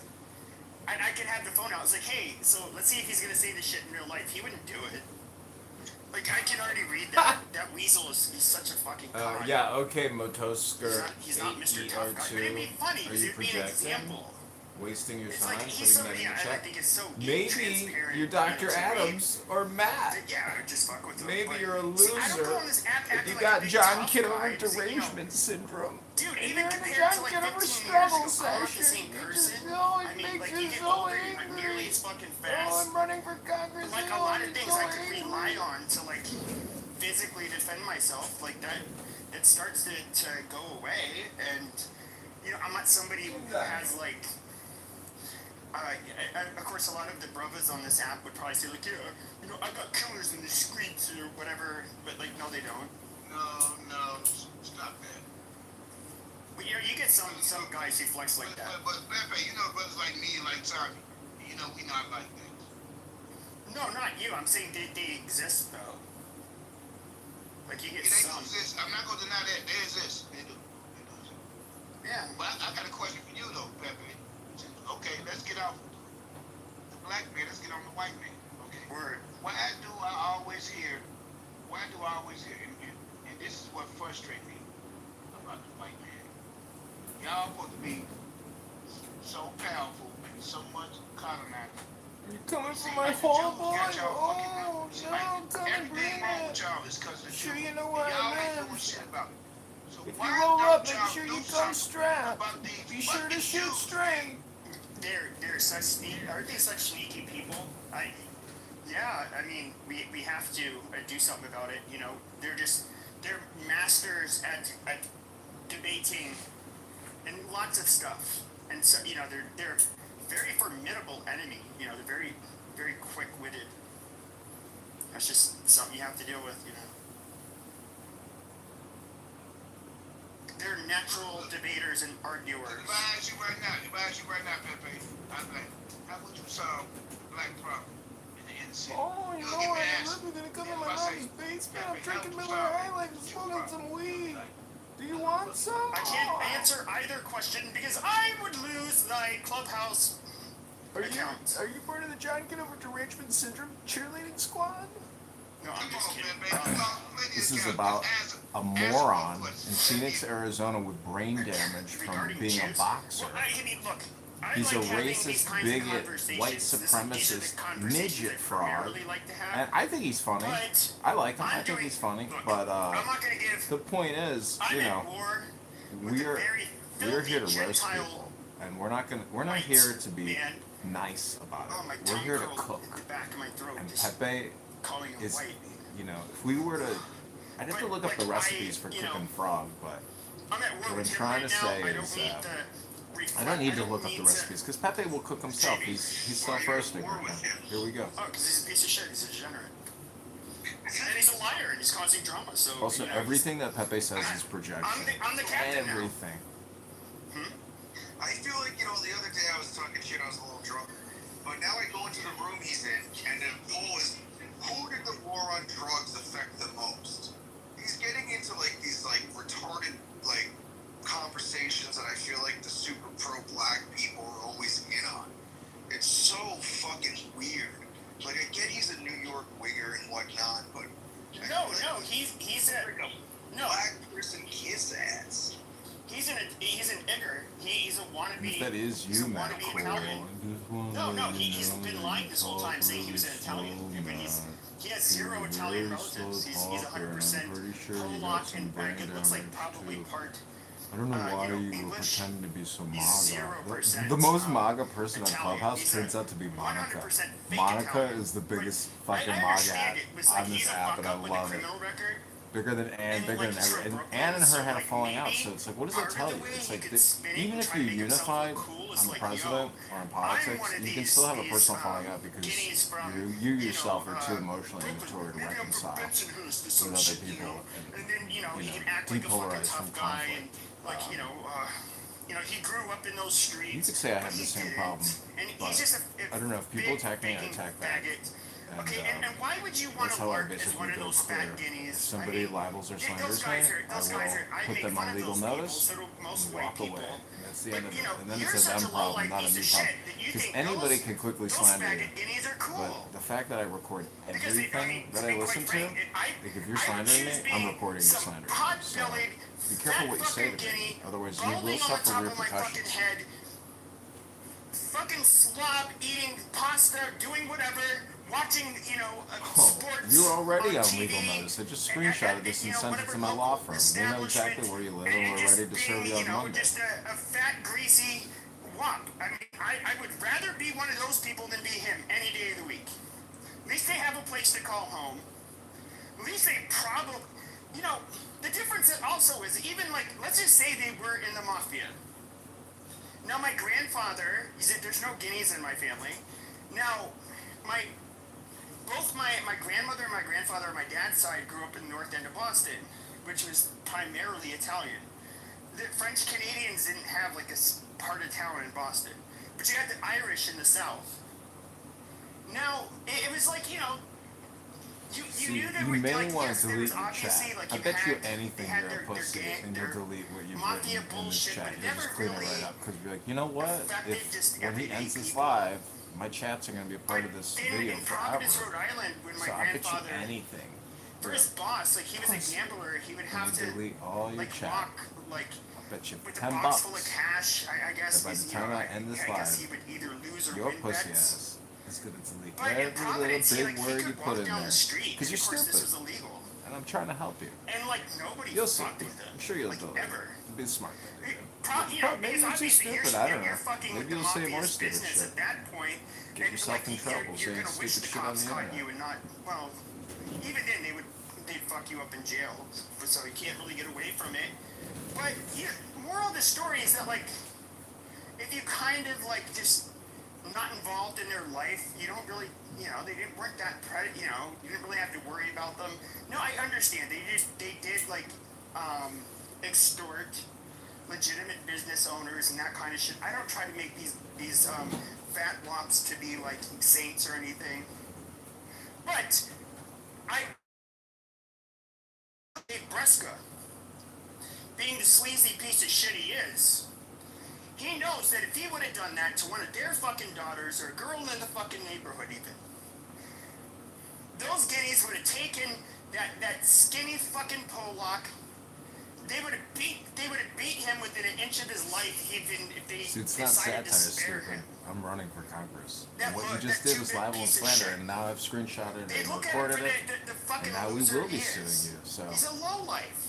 good job on that. Is that how you spend your Saturday about nights it, too. usually? Like, how Getting could- yourself in trouble? Well, If you were probably. to, and this is just Probably. gangs in general, like even with whites, outlaw motorcycle clubs are generally going to be something I would say probably the most prominent with whites. I mean, you have to be a the fuck do you call it, prospect for like, I don't know, a year or two, and they're going to test you. They're going to test your character.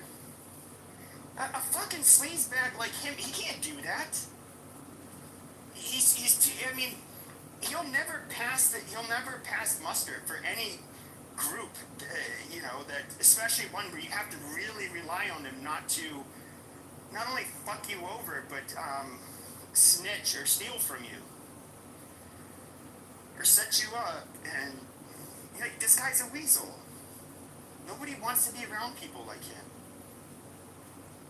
Okay, sorry, I can't talk here in a minute. I need to go clean off my driveway and Go do it. stuff. Yeah, I will in just a second. I just wanted to say, Mon, I just heard the audio clips of JB talking about you. They're disgusting.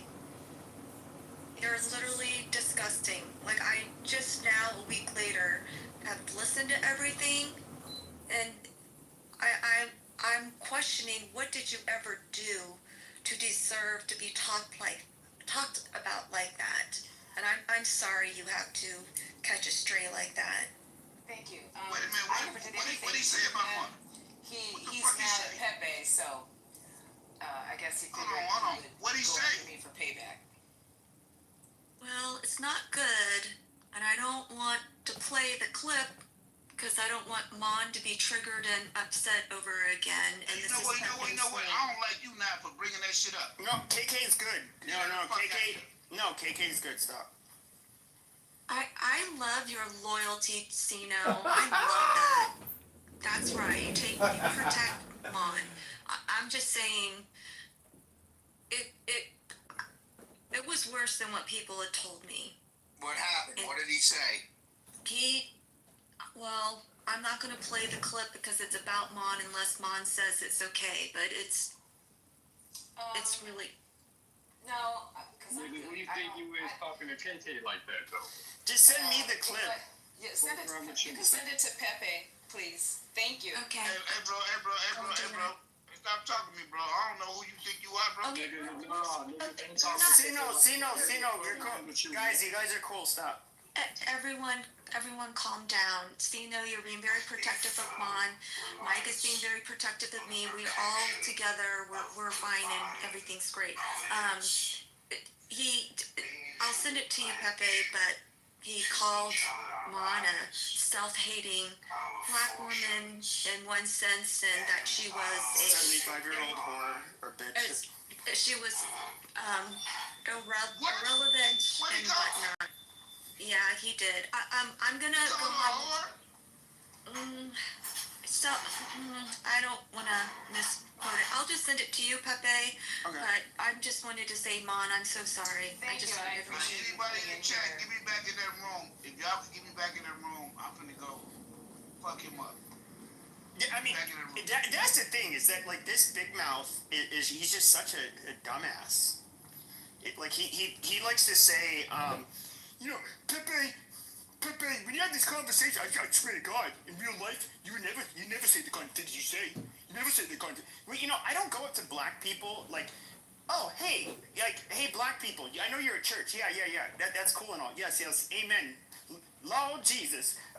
Hey guys, do you want to talk about black crime? Amazing, right? Yeah, let's talk about it. Or go to their chicken and waffles restaurant or whatever the fuck they like to go, and be like, hey, yeah, I know. Oh, amazing, great drink, love it. Hey, do you guys want to have a question? Yeah, or have a debate? They're gonna be like, what? Leave me alone. Fuck you. But then people come online to have like the controversial conversations, and that's in reality that's where like even you black people diaspora war stuff that like I think happens online way more than it does in person. Like, do you guys stop other black people and ask them like? No, they don't. Of course they don't. And do you think like we like white people say like, oh hey, are you liberal? Are you? They're like, no, we don't. Yeah, I think they don't do that. No, they don't. Why would you think that shit, man? You sound dumb as hell. Why? Why would you think a white person walk up to another white person and say, Well, yeah, but those white people, they will like go and like I used to like 2020, I'd wear like it's okay to be white shirt when I go to the store, and then I'd have like a Trump hat on, like Make America Great Again, and I'm telling you, like I was boxing up to that point, and I'm at the fucking store. I'm like, I wish a motherfucker would just like go ahead, test me, bitch, fucking test me, go ahead, and then. Oh, you're bigger than me? Amazing. That means you're like going to be an easy victim. Actually, don't take the victim part out. I worded that wrong. I wasn't carrying a gun or anything like that. But the thing is, though, is it's like... You gotta be careful, because you might be in one of these fucking liberal states. No, I'm in a red state. Oh, I'm in a red state. So, I mean... If you're like a bigger guy and thought you were gonna beat at that time, I was still like had it in me, where it's like, oh, okay, go ahead, swing on me, bro. Like, see how this fucking plays out. But it's also like I was bored. I was like inside all the fucking time all of a sudden, and all of this extreme like polarization on the media. I was just waiting for a motherfucker to do something. But the only thing that ever happened, not one person called me out wearing, and I did this dozens of times. It's okay to be white. Red MAGA hat. And the only thing that happened is people would say, yo, from like even far away, to be like, bro, and then they'd give a thumbs up. Or like cashiers would be like, dude, I like your shirt. I just had a epiphany. Hold on, brother. I just had a epiphany. Maybe more of these liberal states, like Chicago, we should have more concealed carry around. Maybe these motherfuckers wouldn't act up the way they act up. If you know a motherfucker is holding, you ain't gonna try. You ain't gonna try him. Obviously. Oh, I just had a epiphany. You know what? You right, Pepe. You right. Obviously. You should be able. Where you located? Sitting on Chicago? Yeah, I'm in Chicago. Oh yeah, me too. Yeah, I'm on the south side. What, you trying to threaten me or something? I was just trying to see where you located. We can link up. You hear that shit? You gonna do something to me? No, we can politic though. If you want something done, you my nigga, we can politic though. Ain't nobody gonna do nothing to me, man. And if you do, brother, guess what? I'm gonna call the police. You gonna boys your way out about some shit I say on this. We're gonna meet up. You guys are gonna slap sacks together, and then everything will be all. Hell no, he from the rack. He from the rack. I just wanna pop. Okay, there's no, guys. There's not going to be black on black violence in here. Okay, look, guys, I've been making a concerted effort not to have black on black violence or white on black violence. This is white on white. No. We are going to war with the predator, a retard, a narcissist, a con artist, a faker. Oh, wait, brother. That's what we're doing. And he's white. Brother, why do you want to do something to me, brother? What did I say that you don't like, brother? No, brother, we good, gang. I'm just trying to figure out. I ain't never seen you in the room before, nothing like that. So you feel me? I'm just trying to figure out who you is for real. Is he getting arrested? You never heard about Cino? He's newer. Mike's newer here. Like he came in. He started coming in here like way after, because we haven't seen you in months. He's not. That's all. He's a nice guy, just like we like you, Cino. He's a nice guy so far. Oh, okay. Well, brother. Man, we both fuck with Pepe, brother. We cool. I just ain't like how you came back cake hitting. You feel me? No, I love Mon. I love Pepe. I love they my people. Don't threaten me, brother. Just because I'm nice smoking. No, you guys are cool. You guys are cool. Don't even worry about it. Don't look. Bro, this conversation's too personal. It's not. Nah, we good, nigga. He from the rap. I know how the rap get down. You know how I get down. Shit, we from the same city. Yeah, we don't gotta say. Take it to somewhere else. Yeah, you guys are cool. But look, brother. Let these white people beef. I've been enjoying Pepe beefing with another white man. I've been back here. Yeah, get out of the way. Let the whites. Yeah, because us whites, the blacks are welcome. And you can join us in our fight against this disgusting Peckerwood JB. Fuck JB, man. Fuck JB. On site anytime. Fuck that old. There's so many things I wish would happen to him, which I got an account clip for saying them, so I'm not going to say them. But he's just imagine what one of those women had to go through. They're terrified. They're being held hostage. And these gross, disgusting men, imagine like 60 of them over the course of 2 days. He's not doing. Hold on, BB, sure. But 60 of them, so that I guess like 30 a day. I mean, goddamn, that is like, if you're up for 15 hours, it's like 2 an hour. I mean, I'm not a woman, but I don't even know like how your vagina deals with that. But here they're terrified because they're saying like, you do anything, like, I'm gonna tell everybody you're a fucking whore and that you're a prostitute, and he's doing all that shit. I mean, just imagine. And you can look, and this is after he was already on probation for stealing $200,000 from somebody else. But just imagine how terrifying it was for these women. And then that same cocksucker told you to suck his dick, allegedly. What? He did a plea deal, so. I don't even think that's like alleged. Like he's not convicted of it, but it doesn't appear to be a disputed fact of the case. It's posted in the news, and if the news were misrepresenting that, he could sue them for that. Just because he's not convicted doesn't mean it's an allegation anymore. They can't sue him if it's in the police. So, if a newspaper repeats what's in a police report, they can't be sued. They're just reporting facts at that point. So, no, they can go with it.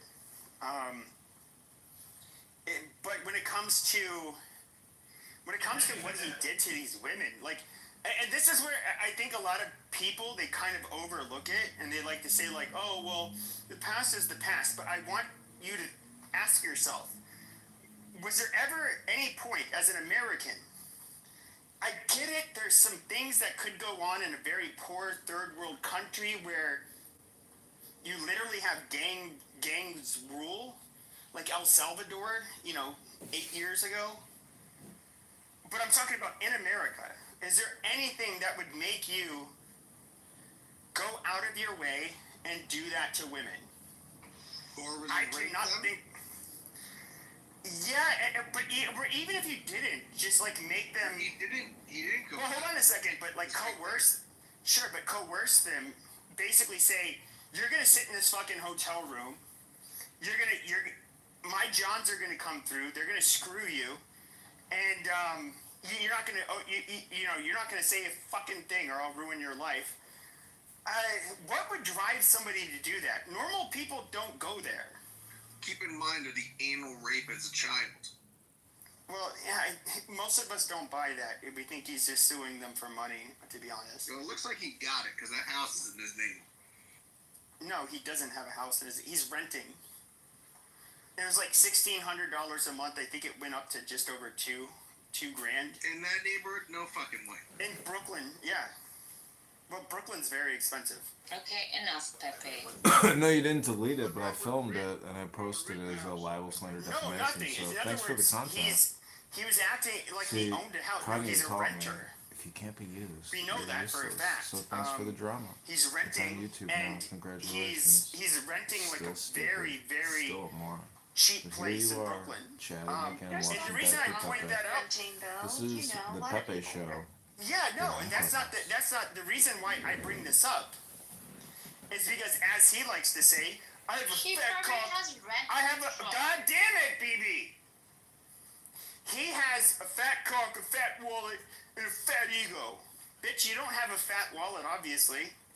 When you say fat wallet, that means, like, in my experience, meaning a fat wallet means you were at the minimum upper middle class. At a minimum. You're not middle class. You're not somebody who can own a home. It means having a fat wallet means bigger than most.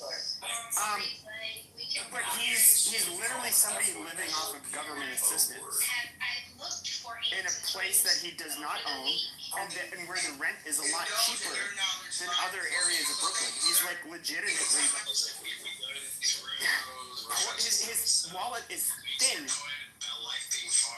And here's the thing, I don't have a lot of money, and the thing is, all of you guys who say, like, Pepe says all this racist shit, you have these controversial conversations, none of you can say that I tried to be anybody's fucking guru.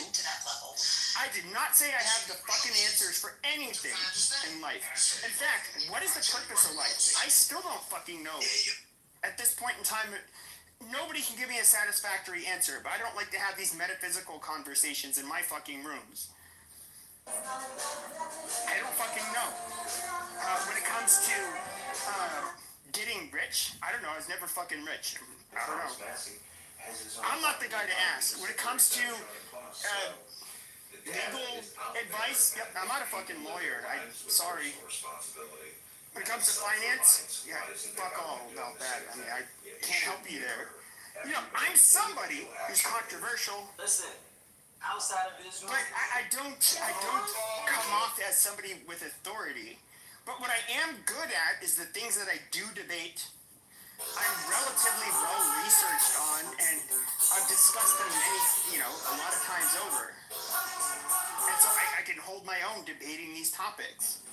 I know when to bow out. I know when to not even fucking engage. Now, a lot of these fucking retards on here, you had all of these, like in 2000 or 2020, how many of these people were fucking self-help gurus or life coaches or whatever gay fucking shit? These were con men. These people, how much you okay, these people were, they're predatory. I don't know, but the one thing you guys can say about me is that you can call me deplorable because you think my views are abhorrent. Fine, that's a value judgment. I'm not gonna say, I can't disagree with you. You can say I've said racist shit, amazing, I have. You can say I'm controversial, yep. I own all of that shit. But,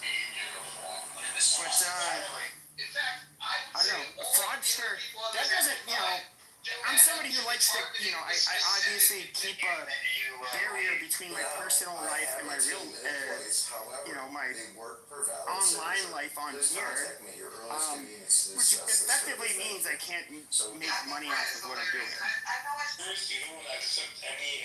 So I'm not a grifter, long story short. I believe that you're in support of that, but I don't like that. I think very old, just for a few You would be a And staple. I've got everything to gain. Not So lie. give $10 right now to elect candidate Kitover to the 16th District of Illinois. When I think about white guys that speak the truth, the first name that popped my head is Pepe. That's why I'm telling you, and Tommy need to do. Y'all need to do something, man. Because I get it. You know what? You ain't afraid to say. Yeah, the Jews kicking y'all ass, just like the white man kicking the black man. Kitover to the 16th. And then you're like, I'm just kicking y'all ass. You okay with that? Well, I think that I don't want to make this about it because the thing is though is that if I was to change it to like such a controversial conversation, which I do have views that a lot of people that on the far right, the far right's kind of a mixed bag, but you do have some of them that are like definitely do not like. They have a lot to say about Jews. Yep. I would say I disagree with most of what they say, but not all of it. But they sound like look. Pepper. But when it comes to the kosher right, which I would call them, and some of them even venture into the far right, I think they're also. I'm not for the kosher right, which is I won't even get into that label. Pepper, they sound just like the FBAs. The FBAs blame white man for everything, and your far right extremists, they blame the Jews for everything. Well, yeah, there is this level of So even like people like Richard Spencer, I think I talked to him a couple of months ago. I talked to him more frequently. He there is something that a lot of the people, the alt-right doesn't exist anymore, but people on the far right, a lot of white people seem to be really in denial about this, but like white people are their own worst enemy. And white people absolutely have problems to fix first. Now, when it comes to, do I think that, let's just look at Zionists, for example. Do I think that they put themselves in a position to like really to win, to propagate their nationalist sure, but they're like their nationalist agenda. Well, do you absolutely control? Pepe, do you think the Jews control everything? No, I don't think it. They controlled. They could largely. I mean, they say it's an anti-Semitic trope, but they did control sectors like absolutely. Hollywood, Disneyland, and the music industry. Yes, they got it. I would say Hollywood. Well, I mean, you can make an argument for advertising. You can make an argument just for media in general. Okay. In the 1970s, it was like over 70% of the media was owned or controlled by the Jews, and so everything, the Jews own everything. No. Depends on. I would say when it comes to influence, one of the precarious positions they put themselves in is that when it comes to positions of influence, they've absolutely dominated. And do I think a lot of that was they kind of, which is natural. They wanted to influence Americans in a way that would make them feel the safest and to be pro-Israel, of course. Yeah, there's a group of people that know they small in numbers. They say, hey, we got to infiltrate this system and this culture and influence these goofy ass and dumb ass Americans to do our will. Who's at fault? Well, both parties, but I would say. Oh, just say the Americans. Americans. But I would say this: there's a lot of. See, I don't dislike Jewish people, but when it comes to groups, I look at groups and individuals differently. I don't think Jews, even as a whole, are like a threatening force. However, I do think they're like highly capable and talented, and so they can punch way above their weight. When it comes to people like, well, sure, but hold on. When it comes to people like, I don't know, Ben Shapiro, I'm just going to be realistic with you. This is where I do judged based on their ethnicity. As soon as I see that you're Jewish, I am automatically going to see what angle you're going to have. Well, no, I mean, but you have to. Just like if you're a Mormon, I absolutely have to do the same thing. I know what the Mormon stances are. Now, if I get a quote unquote progressive Mormon, I'm going to say, what is his angle? Because there are things in the Mormon church that are absolutely not tolerated. Yeah, not tolerated. And so I want to see, how are you progressive? And so I want to see, what is your, when it comes to, even like on Twitter or X, I get all of these, you have all of these astroturfed accounts where it's like America first. And they have like an Israeli flag and an American flag and some Jewess that's attractive in her 20s. And I'm just thinking like, no, fuck off. No, I mean, like I'm not buying that shit. They're not going to be.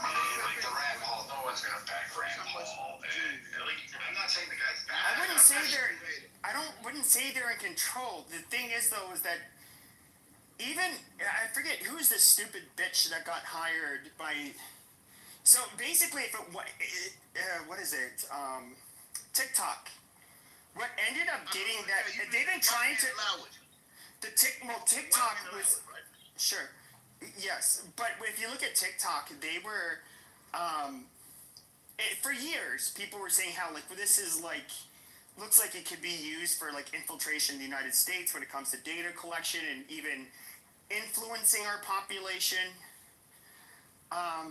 It was China as a hostile country, at least as a nation. Okay, years are talking about this, but you know, Mitt Romney, others, and by the way, that legislation that was passed by both houses was actually written by a group of Jews, and they were prominent Jews. Yeah, that got TikTok banned, and they ended up. The reason why is because they could not control the narrative on TikTok. Now, if the thing you have to understand is that Palestinian side that you see, they are heavily the amount of foreign propaganda that goes into it is fucking insane. I mean, you can't believe anything that comes out of the pro-Palestine side. Like, they are the biggest fucking liars, and they're like, well, why don't you believe me? Why don't you believe this story? Because you guys all, I mean, you cry wolf.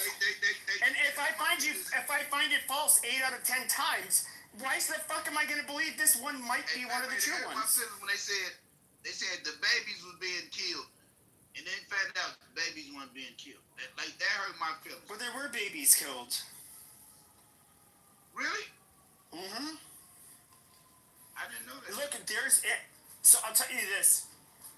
There's footage that's available to the public that show dead babies. Now, what you didn't get to see, hold on a second. What you didn't get to see, and I do know one person that actually saw the footage, who's in Canada. It basically, certain government officials, different media organizations, they could view much more graphic and disgusting version that nobody wanted it to be released to the public because of just how graphic, and it is absolutely horrifying, you know, from what I've heard. So wait a minute. But you see you literally see the half dead people still alive, the children screaming and crying, and you know, even John Spencer, who he was somebody who has a lot of experience in warfare. He's considered an expert in urban warfare. He was saying how what was very odd about it is that you saw these children screaming and crying that were very injured. Their relatives were dead, and they were just like smiling, laughing, going on business as usual, which he found very odd. You have to understand, he's a person who saw this in real life. He's a person who's gauging the behavior based on like what he's seen with the professional military. I'm saying, Pepe, you making my point. I'm saying Gaza should be going through what they're going through. I'm saying Israel is going too far. That may be the case. That may be the case, but we don't know the real numbers when it comes to Gaza. Don't you find it weird that the so-called baby or babies that have been killed, 40 decapitated babies and one in the oven, yet we haven't seen a single picture of any of those decapitated babies, and the baby that was... Why would you want to see that? They don't release that shit to the public. Hold on, let me finish. Then the baby that allegedly was put into the oven, and they also turned the oven on, right? So they burned the baby. It turned out to be a puppy. There was an AI picture. It turned out to be a small dog sitting in its basket. Turned out to be AI picture. All right, I don't know where this came from. This is 100%. I have to look at it. I have to look at it to verify that it's a quote unquote 100% facts. And I'm just like, this is why I didn't want to go down this road. Like, I know normally I like having these conversations more. Pepe, respectfully, we're almost 23 months in since October the 7th, and you still have to look into something that sort of everybody that has done like 59 seconds of research knows there were no decapitated babies, there was no baby in the oven, but then you're screaming from the top of your lungs like, yeah, they killed babies. They did. There was definitely a baby they killed. That one was available to the public. Okay, hold on. How many, Chino, 1 second. How many babies or minors then I should say, right? I don't know. I don't know. Let me ask you the question. How many children, minors, babies included, have been killed since the 14th of May, 1948, all the way to the 6th of October, 2023? No idea. Okay, Tens of thousands. One baby, one baby is too much, sir. How about that? One baby being killed by fucking bombs is too much, sir. It's too much. One baby. I don't give a fuck if it was 3 babies. No baby should be killed by bombs. What the fuck is you talking about? I live in America, sir. In America, we don't have to do that shit. Okay? I agree. I agree, but guys, I don't want to talk about like Jews and Israel and like whatever shit. Like, I understand a lot. Somebody people consider as Zionists. I believe Israel should exist and they have the right to defend themselves. Like, I definitely think that when it comes to human rights abuses or human rights in general, they are. You know, and here's the weird thing is people will say it's anti-Semitic to bitch about Israel. No, it's not. I'm sorry. But when we have wars in America, you have anti-war protesters everywhere. They call our whoever the president is at the time, a horrible person. They're committing war crimes. They're yada yada yada. No, it's not anti-Semitic. It's par for the course. You guys, if anything, Jews, especially when it comes to these leftist, anti-war people, they look at Jews as a bunch of fucking white people, and they're holding your feet to the fire, just like they hold, us white Gentiles' feet to the fucking fire in our Western empires. You guys are no fucking different. They don't believe that. They don't buy any of your rhetoric. And I do think a lot of the pro-Zionist rhetoric is absolute garbage, and I've like pushed back against it, and people at first are like, oh my god, are you an anti-Semite? No, like I don't believe in the shit that was being said under George Bush. We're spreading freedom and democracy, and fuck off. He was a piece of shit. What? I mean, was that anti-American for me to go against what Bush said? Even if you look at the veterans of the global war on terror, it's incredibly unpopular. Like, so much of it was unnecessary. Go into Afghanistan, take out the Taliban, Al-Qaeda, kill